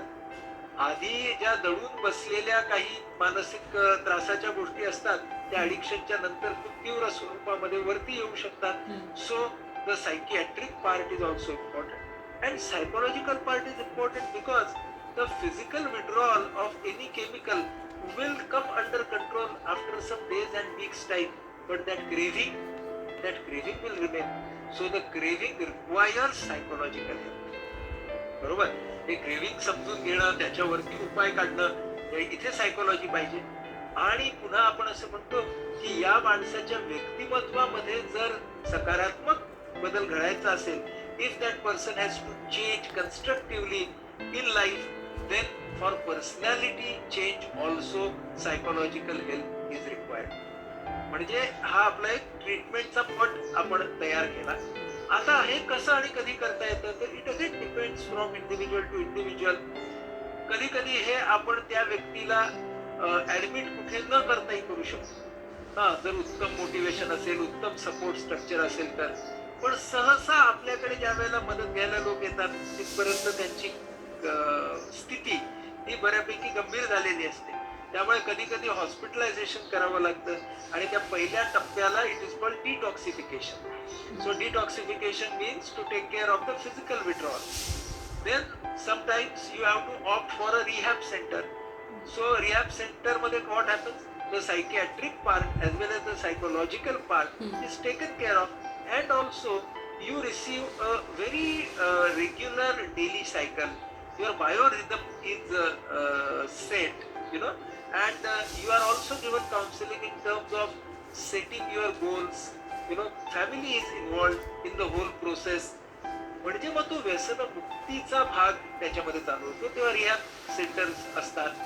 मग त्याच्या फॉलोअप मध्ये सायकोलॉजिस्ट, सायकियाट्रिस्ट, मेडिकल डॉक्टर यांचे फॉलोअप असतात. अल्कोहोलिक्स अनॉनिमस सारखे सपोर्ट ग्रुप्स आहेत की जे पूर्ण जगभर काम करतायत. तसंच नार्कोटिक अनॉनिमस आहे, तसंच गॅम्बलर्स अनॉनिमस आहे. सो AA, NA, GA हे सगळे सपोर्ट ग्रुप्स आहेत ज्यांचं खूप चांगलं नेटवर्क आहे.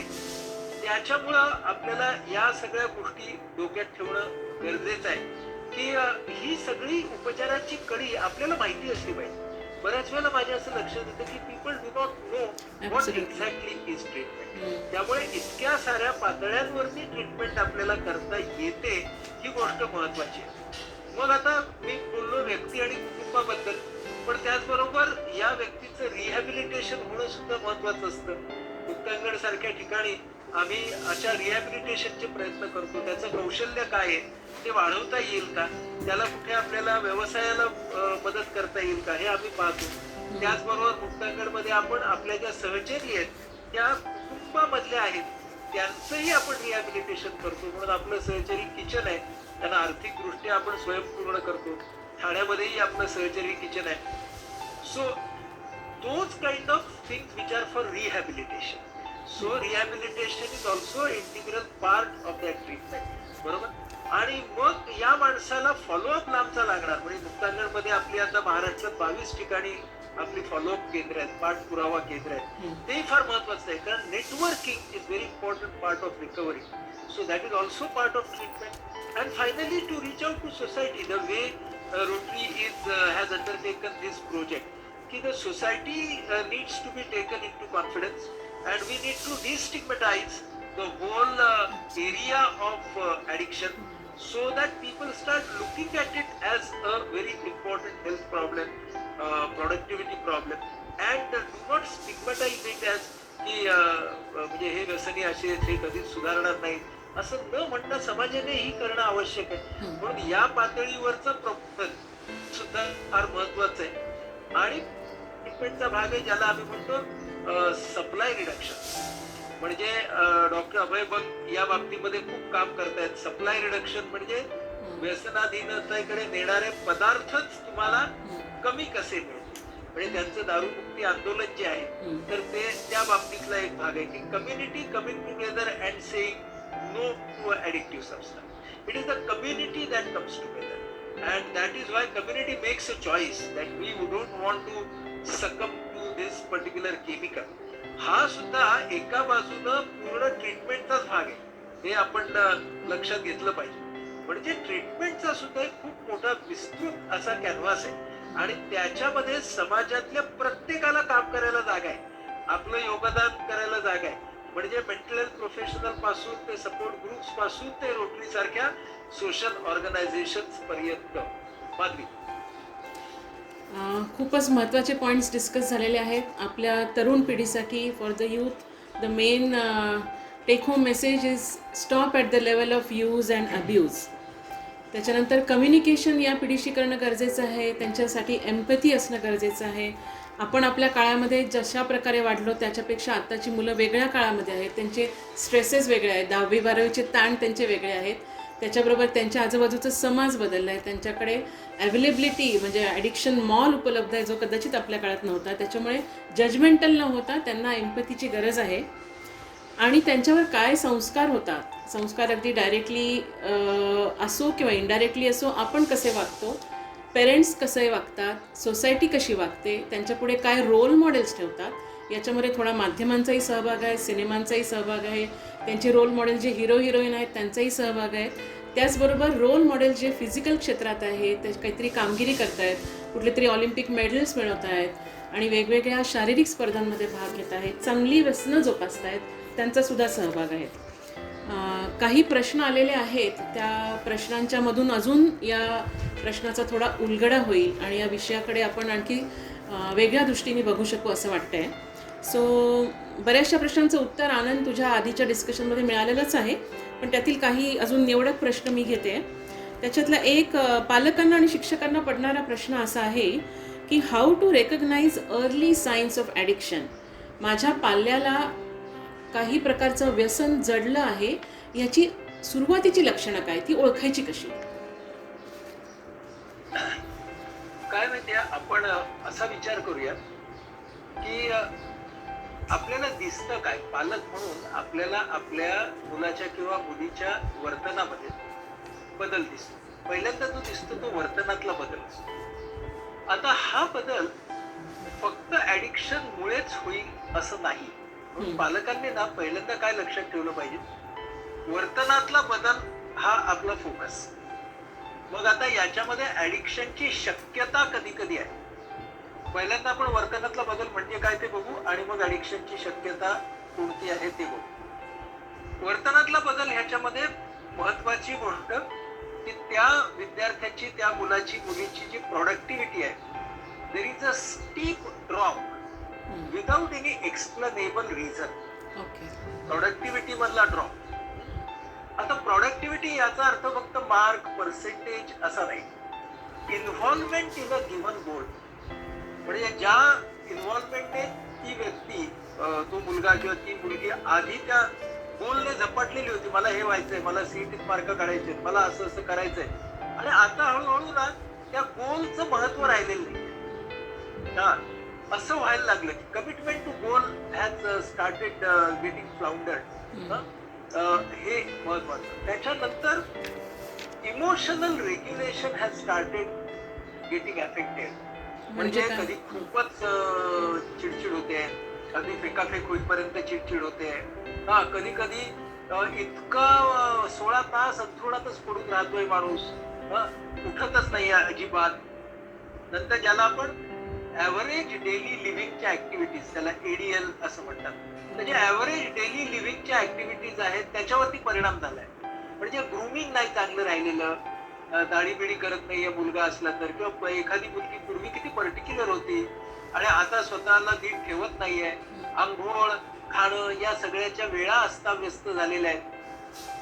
हे जेव्हा अशा तऱ्हेचे बदल घडायला लागतात तेव्हा ना मी पालकांना असं म्हणेन की ड्रग्ज किंवा व्यसनाधीनता ही फक्त एक शक्यता असं डोक्यात ठेवा. ती खात्री आहे असं नका बाळगू. त्याचं कारण असं आहे की खूप वेळेला अनेक मानसिक तणाव आणि अनेक मानसिक आजारांची लक्षणं व्यसनाधीनता नसतानाही अशी दिसू शकतात. So when you focus on your behaviour and change behaviour, that should be your concern. मग आता त्याच्यामध्ये ऍडिक्शन साठी वेगळं काय आहे तर विशिष्ट वेळेला, विशिष्ट ठिकाणी, विशिष्ट व्यक्तीच्या संगतीमध्ये जाणं, म्हणजे हा क्रेविंगला जवळ नेणारा भाग आहे. किंवा त्या व्यक्तीचा, म्हणजे आता समजा सिगरेट मधून जर कॅनॅबिस घेणारा असेल तर ना बाहेरून आला की सिगरेटचा वास नक्की येतो घरच्या, जरी कॅनॅबिसचा आला नाही. आणि मग काही आया इतक्या व्यवस्थित असतात, त्या साधी सिगरेट ओढून आलाय का कॅनॅबिसची सिगरेट ओढून आलाय सांगतात, कारण त्यांची बरोबर ट्रेन होतात त्यांची परसेप्शनचा. सो हे खूप, म्हणजे मी खूप रिस्पेक्ट करतो त्या ऑब्झर्वेशनचा. So you need to observe without being judgemental असं. त्याच्यानंतर ना पैसे जास्त लागायला लागतात, पैशाची मागणी वाढते, आधीचा पॉकेट मनी पुरत नाही. त्याच्यानंतर काही वस्तू हरवल्या जातात. वस्तू हरवल्या जातात म्हणजे हरवल्या आहेत असं सांगितलं जातं. त्याचा अर्थ त्या वस्तू कदाचित या ऍडिक्शनच्या साठी वापरले गेले आहेत का काय.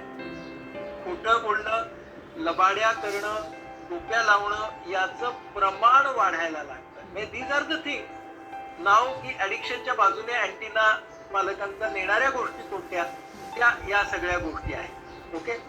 नंतर ना बदललेली संगत, हे सुद्धा फार. माझ्या आधी ना त्याचे 2, 3, 4 ग्रुप्स होते त्याचे किंवा तिचे, आणि आता एकच ग्रुप प्रिफर करतो. आणि मग हे सगळं म्हणजे ना एकच लक्षण नाहीये. बघा मी काय म्हणतोय, या सगळ्या गोष्टी दिसायला लागल्या तर मग आपले अँटीना हे थोडे वर गेले पाहिजेत, की पालक म्हणून आपल्याला कन्सर्न आहे. सो हे आपण डोक्यात ठेवलं पाहिजे.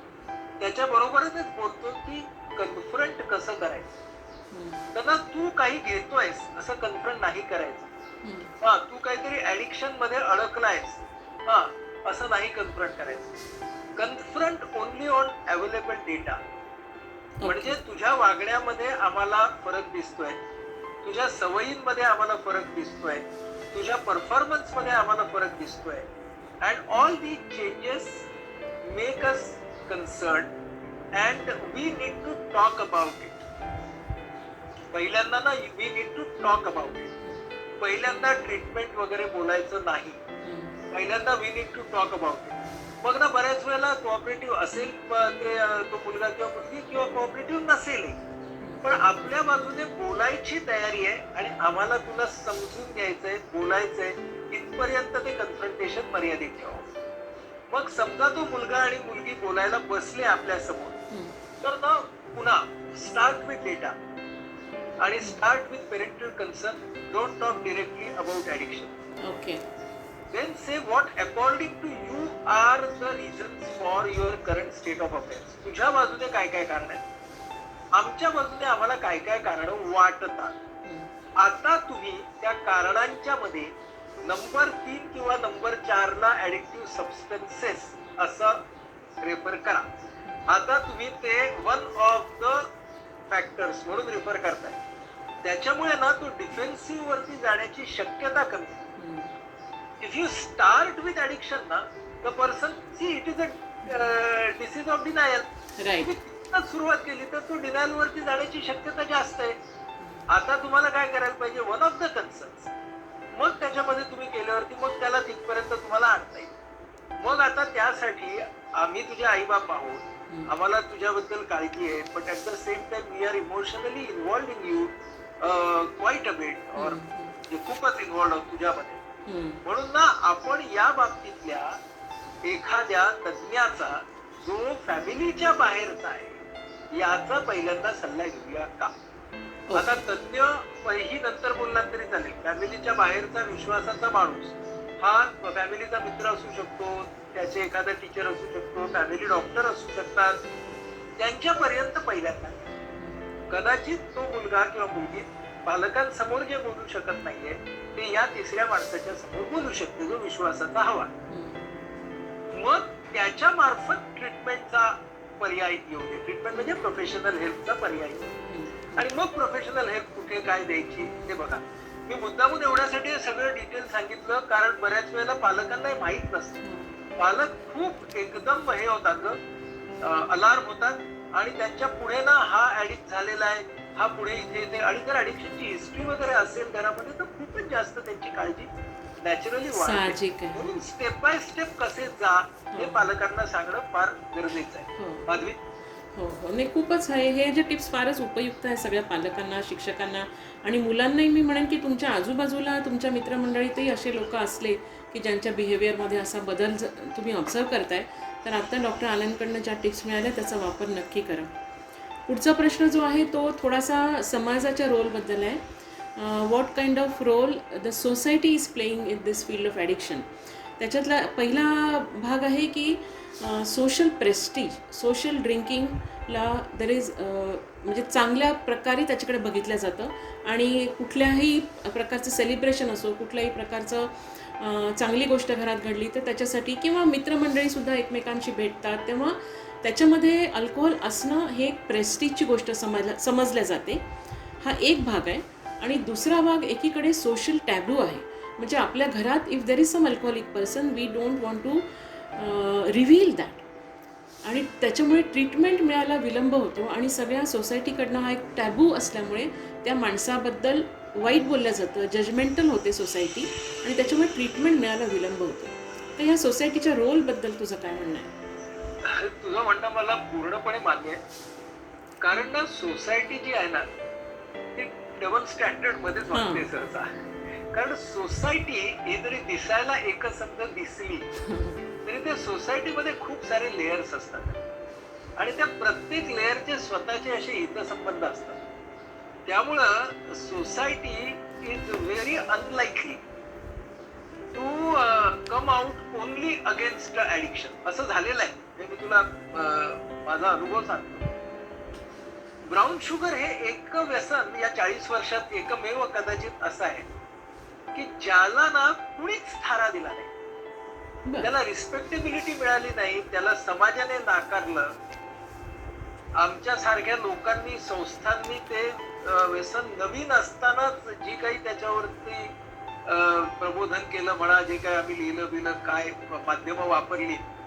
पण in last 40 years brown sugar हे एकमेव व्यसन असं आहे की ज्याला प्रतिष्ठाही मिळाली नाही आणि ज्याच्या प्रबोधनाचा परिणामही झाला. म्हणजे 40 वर्षामध्ये ब्राऊन शुगरचे पेशंट कमी होणं हे फक्त एकाच व्यसनाबद्दल झाले. हा, तर त्यामुळे त्याचा अर्थ असा आहे की जेव्हा सार्वत्रिक नकार असतो ना व्यसनाला, तेव्हा ते ताब्यात येऊ शकतं. आता सार्वत्रिक नकार नसणारी व्यसनं कुठली आहेत असं जर बघितलं तर त्याच्यामध्ये सगळ्यात मोठं तंबाखू आहे. तंबाखूला ना अल्कोहोल पेक्षाही सोशल सँक्शन जास्त आहे. तंबाखू आता शिष्टाचाराचा भाग आहे. दोन माणसं गावामध्ये कुठेही, गावामध्ये काय बघा ना तुम्ही जाऊन की ज्यांची काढतात पहिल्यांदा चुना आहे का विचारतात. ओळख कशी करून घ्यायची, तो ओळख चुना मागून करून घेतात ना. हा शिष्टाचार झालाय, चुना आहे करावं. मग हा त्याला देतो, तो याला देतो, ते गप्पा मारतात बस येईपर्यंत. म्हणजे तंबाखू हा तर आपल्या शिष्टाचाराचा प्रचंड मोठा भाग आहे. म्हणजे दारू तर नंतर आली आणि दारू आहेच, म्हणजे ती शिष्टाचाराचा भाग बनलीच आहे किंवा ती एकंदर आपल्या सोशल एटिकेट्सचा भाग बनली आहे आपण म्हणू. हा, की अरे म्हणजे तुमच्याकडे ड्रिंक्स नाहीत का, म्हणजे तुम्ही ड्रिंक सर्व नाही का करत, म्हणजे तुम्ही काहीतरी गोंधळ करताय किंवा तुमच्याकडे मग तुम्ही भयंकर ट्रॅडिशनल आहात वगैरे असं तुमच्याकडे बघितलं जात भाग आहे. सो मुद्दा त्यातला असा आहे की ज्या वेळेला when you take consumeristic lifestyle, तुम्ही जेव्हा एक पाश्चात्य पद्धतीची कंझ्युमेरिस्टिक लाईफस्टाईल घेता तेव्हा त्या लाईफस्टाईलचा भाग म्हणून सुद्धा काही ऍडिक्टिव्ह सबस्टन्सेसचं सेवन हे तुमच्या घरात येतं. आणि म्हणजे आपल्याला खरं म्हणजे कशाचा विचार करायला पाहिजे, तर लाईफस्टाईलचा विचार करायला पाहिजे, फक्त दारू पिण्याचा नाही. लक्षात आलं? म्हणजे कुटुंबाने कसला विचार करायला पाहिजे, आम्ही अल्कोहोल सर्व करतो का नाही करतो एवढाच विचार करून नाही चालणार. हाऊ कंझ्युमरिस्टिक इज अवर लाईफस्टाईल, किती चंगळवादी आमची राहणी आहे, त्याचा भाग म्हणून अल्कोहोल घुसलेला आहे ना आपल्या दिवाणखान्यात, आपल्या किचन मध्ये. त्यामुळे we need to think about lifestyle, not only addictive substances. जर समाजाने लाईफस्टाईलचा विचार करायला सुरुवात केली तर त्याचा एक भाग म्हणून मग व्यसनाकडे नेणारे पदार्थ आणि या सगळ्याच्या बाबतीत समाजाला बघता येईल. आता पुढचा मुद्दा असा आहे की माणसाच्या इतिहासात समाजाने दुटप्पी वागणं सोडलं आहे असं आपल्याला बहुतेक वेळा कधीच दिसत नाही. म्हणजे उज्ज्वल इतिहास आहे. समाजात सतत दुटप्पी वागलेला आहे आणि म्हणून तर त्या क्षेत्रातल्या लोकांना सतत त्या क्षेत्रामध्ये काम करायला लागले. दुटप्पीपणा ओळखणं स्वतःचा स्वतः आणि त्यातलं अंतर कमी करण्याचा प्रयत्न करणं. बघा मी काय म्हणतो,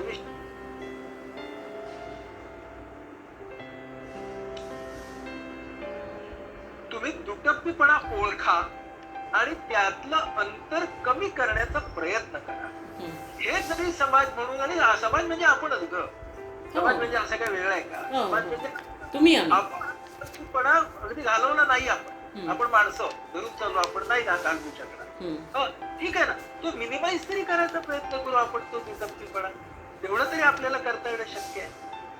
माधवी, म्हणजे याच्यात दोन हे आहे की आपण जी लाईफस्टाईल पाश्चात्यांची त्याचं अनुकरण केलं, त्याच्यातल्या बाकीच्या गोष्टी जरी असल्या लाईफस्टाईलच्या तरी त्याच्यातला अल्कोहोल हा भाग ॲडिक्शनकडे निसरड्या वाटेवर नेतो, हा एक गोष्ट.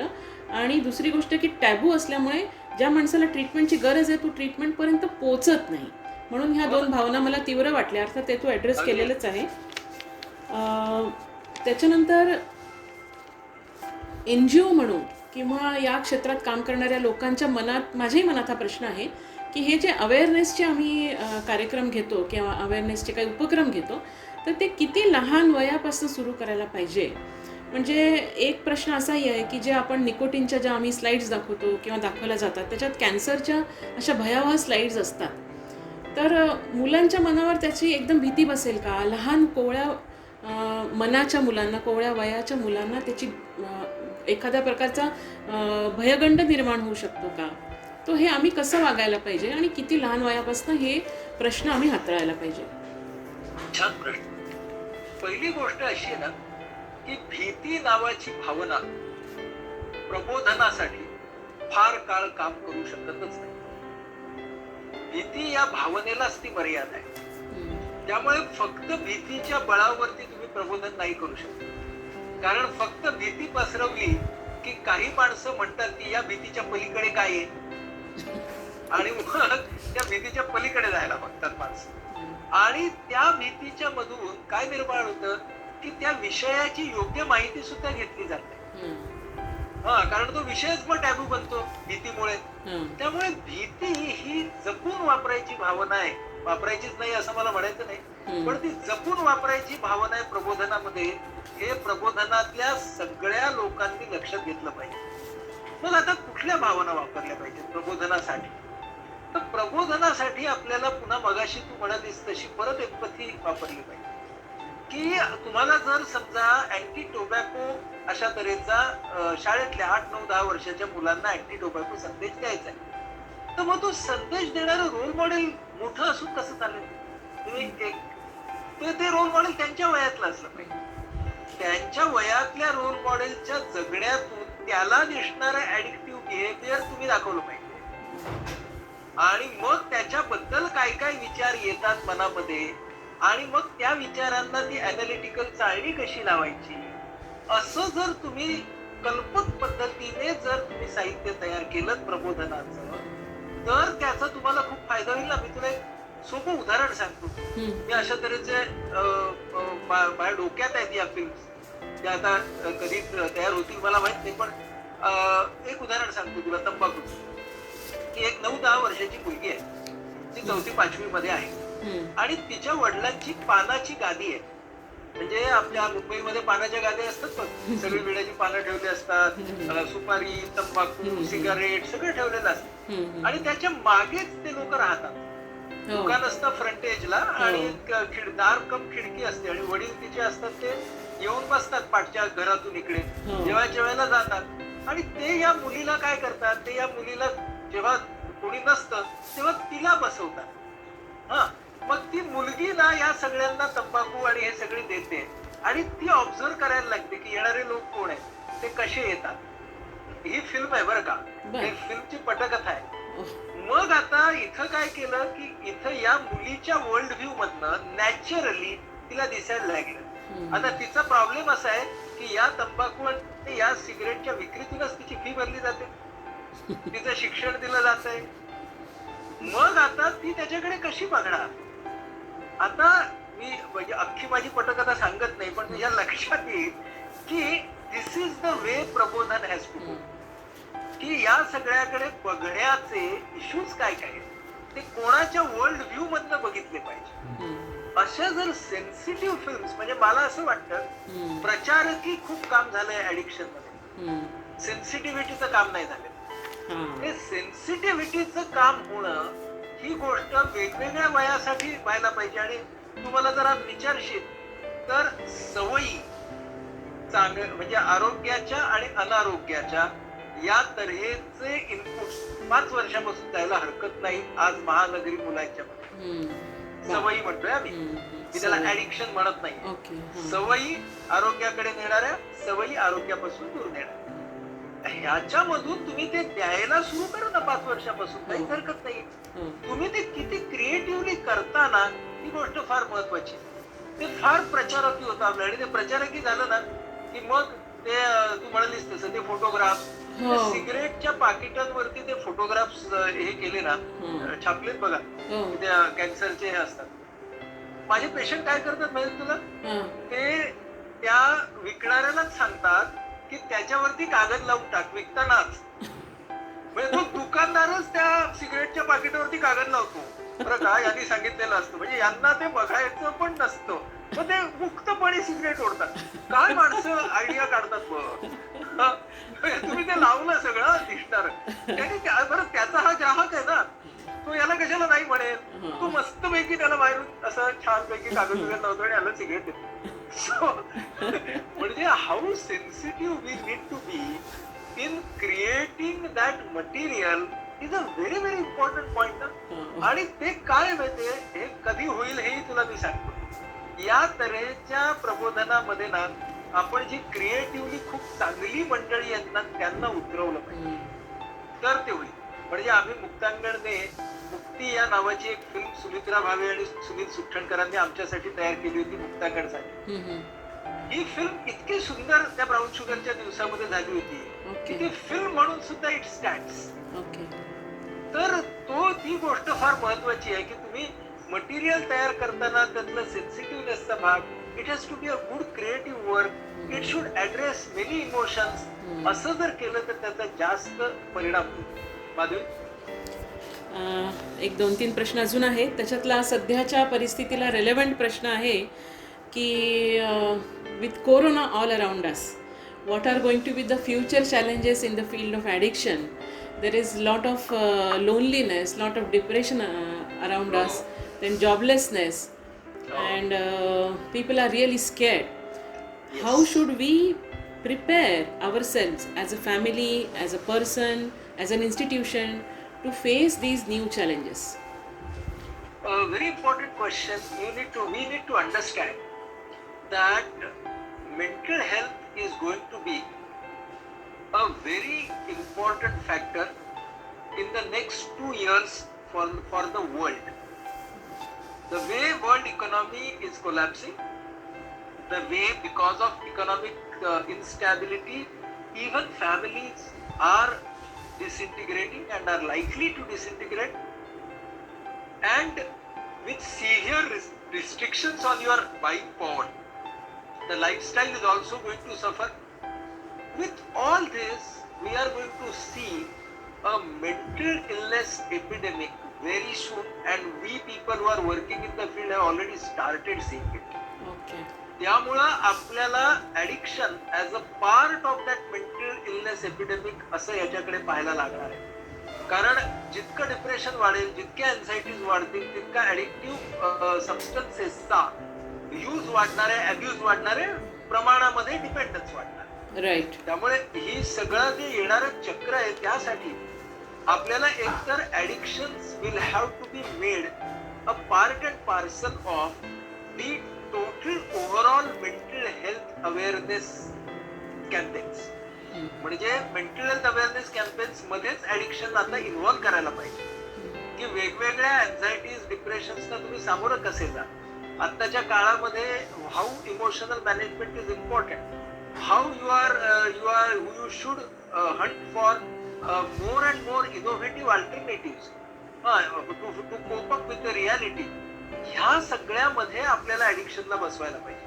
म्हणजे addiction related work has to be a part of the larger mental health campaign, हे मला दिसतंय. आणि त्याचं कारण असं आहे महत्वाचं की पुन्हा अल्कोहोल सारखी जी गोष्ट आहे ना, तिच्यामुळे डिप्रेशन येतं आणि डिप्रेस माणसं अल्कोहोलकडे वळतात. म्हणजे हे किती वाईट आहे. म्हणजे हे दोन्ही बाजूने त्रासदायक आहे ना. विशेष सायकल. आपल्याला या सगळ्याचा अनेक पद्धतीने विचार करावा लागणार आहे.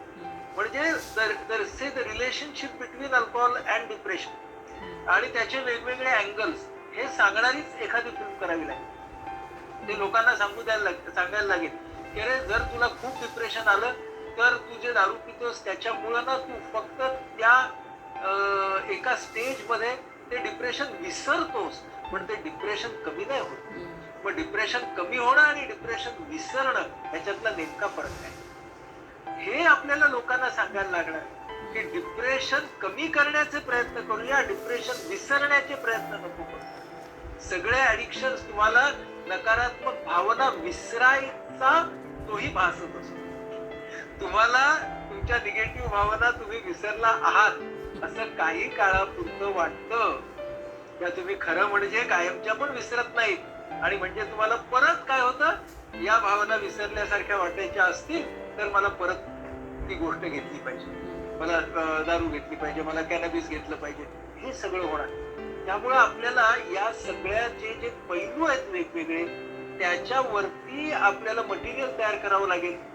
हे जे common mental health illness, common mental diseases आम्ही म्हणतो, त्याच्या बरोबर ऍडिक्शनला लावून कोणाला ट्रीटमेंटसाठी तयार करावं लागेल तर every general practitioner will have to be trained. Every general practitioner.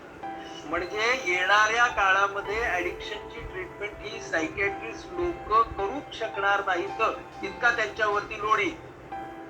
Counsellor लोक नाही करू शकणार. आज आमच्या मुक्तांगण मध्ये या सगळा कोरोना काळ चालू असूनही वेटिंग लिस्ट आहे. म्हणजे आम्हाला काही काळासाठी आम्ही ऍडमिशन बंद केल्या, पण आम्हाला जसं लॉकडाऊन कमी केला तशा आम्हाला ऍडमिशन परत चालू कराव्या लागल्या. ही गोष्ट काय दर्शवते की ज्या वेळेला दुकानं बंद होती त्यावेळेला तुमची फक्त सप्लाय रिडक्शन होतं, मनामध्ये डिमांड रिडक्शन नव्हतं ना झालं. दुकानं उघडल्या काय झालं ते आपण पाहिलं ना सगळ्यांनी. आपण सगळ्यांनी त्या गोष्टी अनुभवल्या. मग आता या पुढच्या काळामध्ये आपल्याला ऍडिक्शनच्या ट्रीटमेंटचं सुद्धा मोठ्या प्रमाणात जनरलायझेशन करावं लागणार आहे. In the sense all medical practitioners or general practitioners will have to be trained not only for addiction but for all common mental health disorders. Anxiety असेल, डिप्रेशन असेल, ऍडिक्शन असेल, पॅनिक डिसऑर्डर्स असतील, post traumatic stress disorders असतील, या सगळ्यांच्या capsules आपल्याला medical practitioners पर्यंत न्याव्या लागतील. आणि त्या नेण्यासाठी ही जाग आपल्याला येणं फार गरजेचं आहे. ते करायचं असेल तर याच माध्यमांचा वापर करून आपल्याला ऑनलाईन ट्रेनिंग प्रोग्राम्सचं सॉफ्टवेअर बनवायला लागेल. आज सगळ्या ज्यांना शक्य आहे त्या एनजीओनी लोकांनी तिथे पैसे घालण्याची गरज आहे. अतिशय कमी पैशामध्ये आपण या माध्यमांचा वापर करून भारतातल्या प्रत्येक जीपीला ट्रेन करू शकतो. हे करायला पाहिजे. Look at things on a larger canvas. आणि हा एक 20-30 तासाचा अभ्यासक्रम तयार करून लावणं ही गोष्ट कधी होणार आहे? जेव्हा 100-150-1000 लोक आत्महत्या करतील त्याच्यानंतर. म्हणजे आपल्याला हे बघायला पाहिजे ना. आज त्या पंजाब मध्ये किती लोक त्या दारूने गेले आपल्याला कळतंय लॉकडाऊनच्या नंतर. या तऱ्हेच्या गोष्टी घडत असताना आपल्याला म्हणजे हे उपाय आहेत, हे उपाय सोपे आहेत, हे सगळ्यांपर्यंत पोहोचायला पाहिजे. त्याच्यासाठी पैसे घालायची गरज आहे आज कुणीतरी. आणि त्या लोकांना एकत्र करून अशा तऱ्हेच्या त्यांच्या मार्फत या सगळ्या गोष्टी व्हायला पाहिजे. हे जर आपण केलं तर येणाऱ्या काळातल्या या पुढच्या एपिडेमिकला आपण काही प्रमाणामध्ये तोंड देऊ शकू. आणि त्या कामामध्ये रोटरी सारख्या एनजीओने पूर्णपणे पुढाकार घेतला पाहिजे. खूप चांगलं हे सांगितलं. माझं पुढच्या प्रश्नाचं उत्तरही याच्यात खरं म्हणजे मिळालं की रोटरी किंवा बाकीच्या शैक्षणिक संस्था जिथे मुलं मोठ्या प्रमाणात असतात अशा प्रकारच्या एनजीओनी काय करायला पाहिजे. पण हे उत्तर बऱ्यापैकी तू दिलं आहे. आणि ह्या आत्ता जे काही तू सांगितलं आहेस त्याच्यातनं या प्रश्नाचं गांभीर्य लक्षात आलं, त्याची व्यापकता लक्षात आली. आणि रोटरीसारखी एनजीओ तर जिने पोलिओसारखा अगदी सर्वदूर पसरलेला प्रश्न हाताळला आहे. तर आम्ही रोटरी म्हणून या प्रश्नाकडे सुद्धा आता बघणार आहोत. आणि ज्या प्रकारे ट्रेनिंग मॉडेल्स तयार करायला पाहिजे तसे करायचा प्रयत्न मी नक्की करू. एक शेवटचा प्रश्न की आनंद, तुला या क्षेत्रामध्ये म्हणजे व्यसनमुक्तीच्या क्षेत्रामध्ये ऑलमोस्ट 40 वर्षाचा एवढा विस्तृत अनुभव आहे. तर ह्या अनुभवातनं आता तुला आम्हाला सगळ्यांना विद्यार्थ्यांना काय सांगायचं आहे? तुझे अनुभव कशा प्रकारे तुला शेअर करायचे आहेत आमच्याशी असं मला विचारायला आवडेल. व्यसनमुक्तीच्या क्षेत्रामध्ये काम करत असताना तुला आश्चर्य वाटेल पण माझा सगळ्यात मोठा अनुभव किंवा माझं लर्निंग हे आहे की माझा माणुसकीवरचा विश्वास वाढलाय. आणि ज्या डॉक्टर सुनंदा अवचट, डॉक्टर अनिता अवचट यांच्या सोबत मी काम करत होतो. आम्ही मुक्तांगण सुरू केलं 86 साली. तर आज त्याला आता 34 वर्ष होत आहेत. तर सुनंदा नेहमी असं म्हणायची की there is no hopeless case of addiction. म्हणजे ऍडिक्शनची होपलेस केस नसतेच. आणि हा जो बिलीफ आहे हा बिलीफ फार उपयोगाला आला आम्हा सर्वांना. मुक्तांगणचं काम करत असताना कुठे उपयोगाला आला तर आपल्याला जी ऊर्जा लागते या क्षेत्रामध्ये काम करायची. So unless you believe on the basic human goodness you cannot work in this field. Right. म्हणजे तुम्ही अशा लोकांच्या बरोबर काम करता की ज्यांनी माणुसकीचा तळ गाठलेला असतो. म्हणजे इतक्या वाईट गोष्टी केलेल्या असतात, इतक्या लोकांना त्रास दिलेले असतात. आमच्याकडे गुन्हेगार आहेत, आमच्याकडे व्हायलंट झालेले लोक आहेत, असे सगळे लोक आहेत. म्हणजे माणुसकी किती रसातळाला जाऊ शकते याचं एक उदाहरण आम्ही एका बाजूला बघतो. पण दुसऱ्या बाजूला यातले अनेक जण ज्या पद्धतीने त्यांनी स्वतःच्या जीवनाला पुन्हा एकदा आकार दिला, ते पुन्हा एकदा आयुष्यामध्ये आले तो प्रवास बघताना मात्र माणुसकीवरचा आणि माणसाच्या चांगुलपणावरचा विश्वास दृढ झाल्याखेरीज राहत नाही. म्हणजे मला असं वाटतं की addiction has shown me the best and the worst of life. आणि मला त्यासाठी महत्व अशासाठी वाटतं की आता आपली जी पॅन्डेमिक आहे, याच्या पुढे येणारी जी क्रायसिस आहे, that is also going to show us the best and the worst in human being. कारण कुठल्याही पॅन्डेमिक नंतर या सगळ्या गोष्टी होणार आहेत. त्यामुळं आपल्याला आता या चांगुलपणावरती भर देणं ही गोष्ट फार महत्वाची आहे. की जे मला या ऍडिक्शनने शिकवलं, मला असं सांगितलं की अरे याचा वेळ अजून यायचा आहे. त्याचा वेळ जोपर्यंत येत नाही ना, तोपर्यंत तुला काम करायचं. आणि प्रत्येकाची वेळ ही तुझ्या सांगण्याप्रमाणे येणार नाही. त्यामुळे आम्ही ऍडिक्शन मध्ये नेहमी म्हणतो की वेळ आली पाहिजे आणि हात मिळाला पाहिजे. तर आपण हात घेऊन उभं राहायचं, पण त्याची वेळ आली की आपला हात तिथं असला पाहिजे. हे जर आपण शिकलो या सगळ्यामधून, तर आपल्याला असं दिसतं की अगदी होपलेस मधून सुद्धा एक माझा अनुभव तुमच्या सगळ्यांच्या बरोबर शेअर करतो. आणि म्हणजे हे होपलेस मधून आपण कसे येतो. एक माझा पेशंट होता, ब्राऊन शुगरचा पेशंट होता. तो सतत ऍडमिट व्हायचा, कुठे कुठे बरा झाला की परत रिलॅप्स व्हायचा, परत ऍडमिट व्हायचा, परत रिलॅप्स व्हायचा. त्याच्या आई वडिलांनी त्याला घरातूनच काढून टाकला. तो फुटपाथ वरती राहिला. एक 20-25 वर्षापूर्वीची गोष्ट आहे. फुटपाथ वरती राहायला लागला आणि मग फुटपाथ वरती चोरामाऱ्या करायला लागला, कारण त्याला त्या गरजेसाठी पैसे हवे असायचे. मग तरी त्याला असं वाटलं की आता मला सोडलं पाहिजे, म्हणून तो दादरला, त्यावेळेला शिवाजी पार्कला माझा दवाखाना होता, कन्सल्टिंग रूम होती. तर माझ्याकडे आला की सर मला मदत करा. मी म्हटलं मी तुला आतापर्यंत खूप वेळा मदत केली आहे, आतापर्यंत आपल्याला त्याचं फळ मिळालेलं नाहीये, पण आपल्याला आता जर प्रयत्न करायचे असतील तर तू आणि मी मिळून काहीतरी नियम तयार करूया का? तो म्हणाला हो करूया. म्हटलं बघ, तू आता रस्त्यावरती राहतोयस, तर ना मी तुला काय मदत करू शकतो हे मी तुला सांगतो. म्हणे तर मी तुला तुझ्या विड्रॉलची सगळी औषधं माझ्याकडून देतो, मात्र तू एक दिवस आड संध्याकाळी माझ्या ओपीडीला यायचं आणि मी तुला पुढच्या 1.5 दिवसाचे डोस फक्त देणार, तेही गोळ्या काढून देणार, कारण त्या तू विकू शकतोस. तू चांगला आहेस, पण तुझा जो आजार आहे तो वाईट आहे, म्हणून मी तुला त्या गोळ्या तशा पद्धतीने देणार. दुसरी गोष्ट म्हटलं, माझ्या कन्सल्टिंगच्या शेजारी एक खाना ओळखतो, तिकडे तुला 2 वेळचं जेवण मिळेल असं मी बघणार आणि त्याचे पैसे मी देणार. हे मी तुला मदत करणार. तू दर 1 दिवस आड माझ्याकडे फॉलोअपला यायचं, आणि नाहीतरी तू आता फुटपाथवर राहतोच आहेस.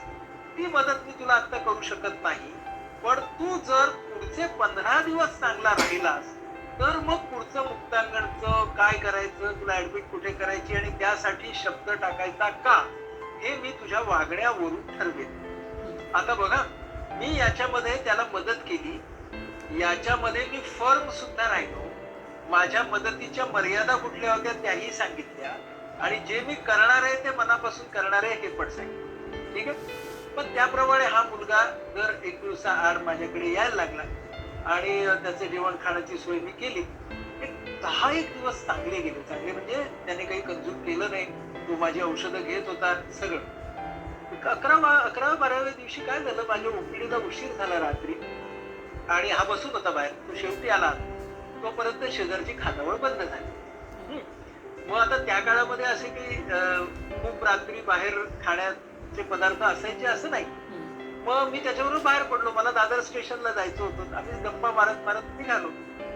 मग मी काय केलं, मग अशी म्हणत होता पानाची गादी, तर तशी पानाची गादी होती आणि त्या पानाच्या गादीवरती कॅडबरी पण मिळतात, चॉकलेट बिकलेट सगळंच मिळायचं. काय केलं, 2 असे कॅडबरीचे बार घेतले विकत, कारण म्हटलं काय की आता याला कॅलरी पण गेल्या पाहिजेत आणि पटकन काय काय खाता येईल. तर त्याला ते 2 कॅडबरीचे बार दिले आणि मग काय म्हणालो, चालत चालत खा म्हटलं माझ्यासोबत. मग त्याने ना मला एक तुकडा दिला बरं का, मग तो मी खाल्ला आणि मग आम्ही दादर स्टेशनकडे असे चालत गेलो. आता काय झालं, माझ्या समोर त्याने ते 2 बार खाल्ले. ते मी त्याला सांगितलं नाही, पण मला ते अपेक्षित होतं. मग मी काय केलं की दादर स्टेशनला गेलो आणि मी जाता जाता त्याला, तेवढ्यात मला एक केळीवाला दिसला, त्याला 6 केळी घेऊन, ते तुला नंतर आता हे झालं तर नेहमीप्रमाणे ते होईल. असं करून आम्ही ते 15 दिवस केले. ओके. त्याच्यानंतर हा मुलगा मुक्तांगणला आला आणि त्याच्यानंतर आज तो जवळजवळ 26 वर्ष सोबर आहे. क्या बात. आता जेव्हा त्याच्या सोब्रायटीला 10 वर्ष पूर्ण झाली त्यावेळेला माझा महिन्याचा दिवस होता मुक्तांगणचा, म्हणून मी तिकडे होतो. तर मी त्याच्या त्या मीटिंगला, त्याचा आम्ही त्याला सोब्रायटीचा बर्थडे म्हणतो की वाढदिवस त्याच्या नवजीवनाचा, तर त्याला हजर होतो. तर तेव्हा त्याने सांगितलं सगळ्यांना, आणि तेव्हाच मलाही कळलं, नाही तर मला कळायचा काही मार्ग नव्हता, की त्याच्या जीवनातला टर्निंग पॉइंट कुठला होता. तर मी त्याला कॅडबरी देणं हा होता. हा, असं त्याने सांगितलं की तो त्यावेळेला म्हणाला की मला त्यावेळेला कळलं की डॉक्टरांची माझ्याबद्दलची आस्था किती जेन्युइन आहे. आणि मला आतापर्यंत सगळ्या डॉक्टरांनी गोळ्या औषधं दिली होती, पण कॅडबरी देणारे एकच डॉक्टर, तेव्हा यांचा विश्वास मला आता गमावता कामा नये. आणि तो माझा टर्निंग पॉइंट होता. आणि बघा, म्हणजे ह्याच्यात empathy and firmness can go hand in hand. महत्वाची गोष्ट त्यातली काय आहे की त्याच्या भावनांमध्ये वाहत न जायचं, पण त्याला योग्य ती मदत करायची. तर हा जो माझा अनुभव आहे, हा अनुभव आपल्या सगळ्यांसाठी खूप महत्वाचा आहे की आपल्याला ऍडिक्शन्स मध्ये काम करत असताना एका बाजूला फर्मनेस पाहिजे आणि एका बाजूला एम्पथी पाहिजे. या दोघांचं आपण जर योग्य ते मिश्रण करू शकतो, तर मग जे सुनंदा म्हणत होती देर इज नो होपलेस केस, तिथपर्यंत आपण येऊ शकतो. म्हणून व्यक्ती, समाज, शिक्षण संस्था, NGOs सगळ्यांना ऍडिक्शनच्या क्षेत्रामध्ये ना empathy on one side and assertiveness on the other side, right, असा अप्रोच जर आपण घेऊन समाजापर्यंत गेलो तर तो व्यसनाधीनतेच्या, व्यसनमुक्तीच्या चळवळीसाठी खूप महत्वाचा अप्रोच ठरेल. माधवी, मी फारच म्हणजे काय म्हणायचं, डोळे उघडणारी घटना आहे ही, आणि त्याच्यातनं बरेच मेसेजेस मिळाले. मला असं वाटतं हा प्रॉब्लेम इतका कॉम्प्लेक्स आहे, कॉम्प्लिकेटेड आहे, there are so many factors involved in it की it is very difficult to gather all the information and gather all the advice in one episode. Maybe we will need some more episodes with you, Dr. Anand. So we are hoping to get some more these kinds of insights from you in the future. yes, So thank you very so much. Rotary club of Pune metro आणि rotary district 3131 तर्फे doctor आनंद तुमचे अगदी मनापासून आभार. आणि पुन्हा पुन्हा आम्ही बोलवत राहू, तेव्हा आम्ही हाक मारली तर आमच्या हाकेला उत्तर देऊन तुम्ही हजर व्हाल अशी खात्री आहे. आणि रोटरीला तुम्ही ज्या टिप्स दिल्या त्याच्यामधनं पण आम्ही बरंच काही शिकलो आहे. आणि आत्ताचा जो आमचा कॅम्पेन आहे, ही जी वेबिनार सिरीज से नो बोलो ना, याच्यामधून पण आम्ही याच्या माध्यमातून सुद्धा पुढे पुढे आम्ही जात राहू. याच्यामधले पुढचे कार्यक्रम आणि पुढचे वक्ते पण आपल्याकडे ठरवलेले आहेत बऱ्यापैकी. त्याच्यातला पुढचा कार्यक्रम असेल डॉक्टर अभय बंग, पद्मश्री डॉक्टर अभय बंग, ज्यांचं गडचिरोलीला खूप मोठं काम आहे आणि व्यसनमुक्तीच्या क्षेत्रातही खूप वर्षानुवर्ष त्यांनी काम केलं आहे. त्यांच्या कार्यक्रमाची तारीख आम्ही लवकरच जाहीर करू. त्याच्याचबरोबर मुक्ता पुणतांबेकर, मगाशी डॉक्टर आनंदच्या बोलण्यामध्ये अनेकदा मुक्तांगणचा उल्लेख झाला, तर मुक्तांगणच्या संचालिका म्हणून मुक्ता पुणतांबेकर काम करत आहेत, त्या पण आपल्याबरोबर संवाद साधणार आहेत. डॉक्टर शिरीषा साठे या प्रसिद्ध सायकियाट्रिस्ट आहेत and she will be talking mainly on the internet addiction. Atul Agnihotri हे अल्कोहोलिक अनॉनिमसचे चा मोठा अनुभव आहे त्यांच्या पाठीशी, त्याच्यामुळे अल्कोहोलिक अनॉनिमस कसं काम करतं, सेल्फ हेल्प ग्रुप्स या क्षेत्रातले कसे काम करतात and how beneficial they are for addicts, this we are going to see. Doctor Rohan Bartakke will be mainly talking about addiction of nicotine. निकोटीनचं ॲडिक्शन सर्व तळागाळात, सर्व थरामध्ये, शाळा कॉलेजमध्ये मोठ्या प्रमाणात आहे, ग्रामीण क्षेत्रात आहे, शहरी भागात आहेत आणि त्याचे परिणाम किती भयंकर होऊ शकतात हे सगळं आपण डॉक्टर रोहन बारटक्के यांच्याकडनं ऐकणार आहोत. याचबरोबर आमची रोटरी क्लब म्हणून अशी इच्छा आहे की विद्यार्थ्यांशी सुद्धा आम्हाला संवाद साधायचा आहे. तुमच्या मनामध्ये, विद्यार्थ्यांच्या मनामध्ये काय चाललं आहे, तुमच्या आजूबाजूला काय चाललं आहे, व्यसनाबद्दल, ॲडिक्शनबद्दल तुम्हाला काय वाटतं, हे सगळं आम्हाला जाणून घ्यायचं आहे. त्याच्यामुळे या प्रसिद्ध वक्त्यांच्या बरोबर तर ही सिरीज आम्ही करतच आहोत, पण मध्ये मध्ये आम्ही पॅनल डिस्कशन घेणार आहोत, काही स्पर्धा घेणार आहोत, काही निबंध स्पर्धा असतील, काही व्हिडिओ कॉम्पिटिशन्स असतील. आणि या सर्वाची माहिती rotary club of Pune metro याच्या वेबसाईटवर आणि याच्या फेसबुक पेजवर तुम्हाला मिळेल. तेव्हा सर्व विद्यार्थ्यांनाही माझं असं आव्हान आहे की तुमच्या मनात जे काही आहे ते तुम्ही आमच्यापर्यंत पोचवा, जेणेकरून ज्यांना ज्यांना मदतीची आवश्यकता आहे त्यांच्यापर्यंत मदतीचा हात तुम्हाला आणि आम्हाला मिळून पोचवता येईल. आणि जे ॲब्यूजबद्दल सांगितलं तिथे से नो बोलो ना हा मंत्र आपल्याला सगळ्यांपर्यंत पोचवता येईल. तर पुन्हा भेटूया आमच्या पुढच्या एपिसोडमध्ये पद्मश्री डॉक्टर अभयबन यांच्याबरोबर आमच्या वेबिनार सिरीजमध्ये से नो बोलो ना या. धन्यवाद.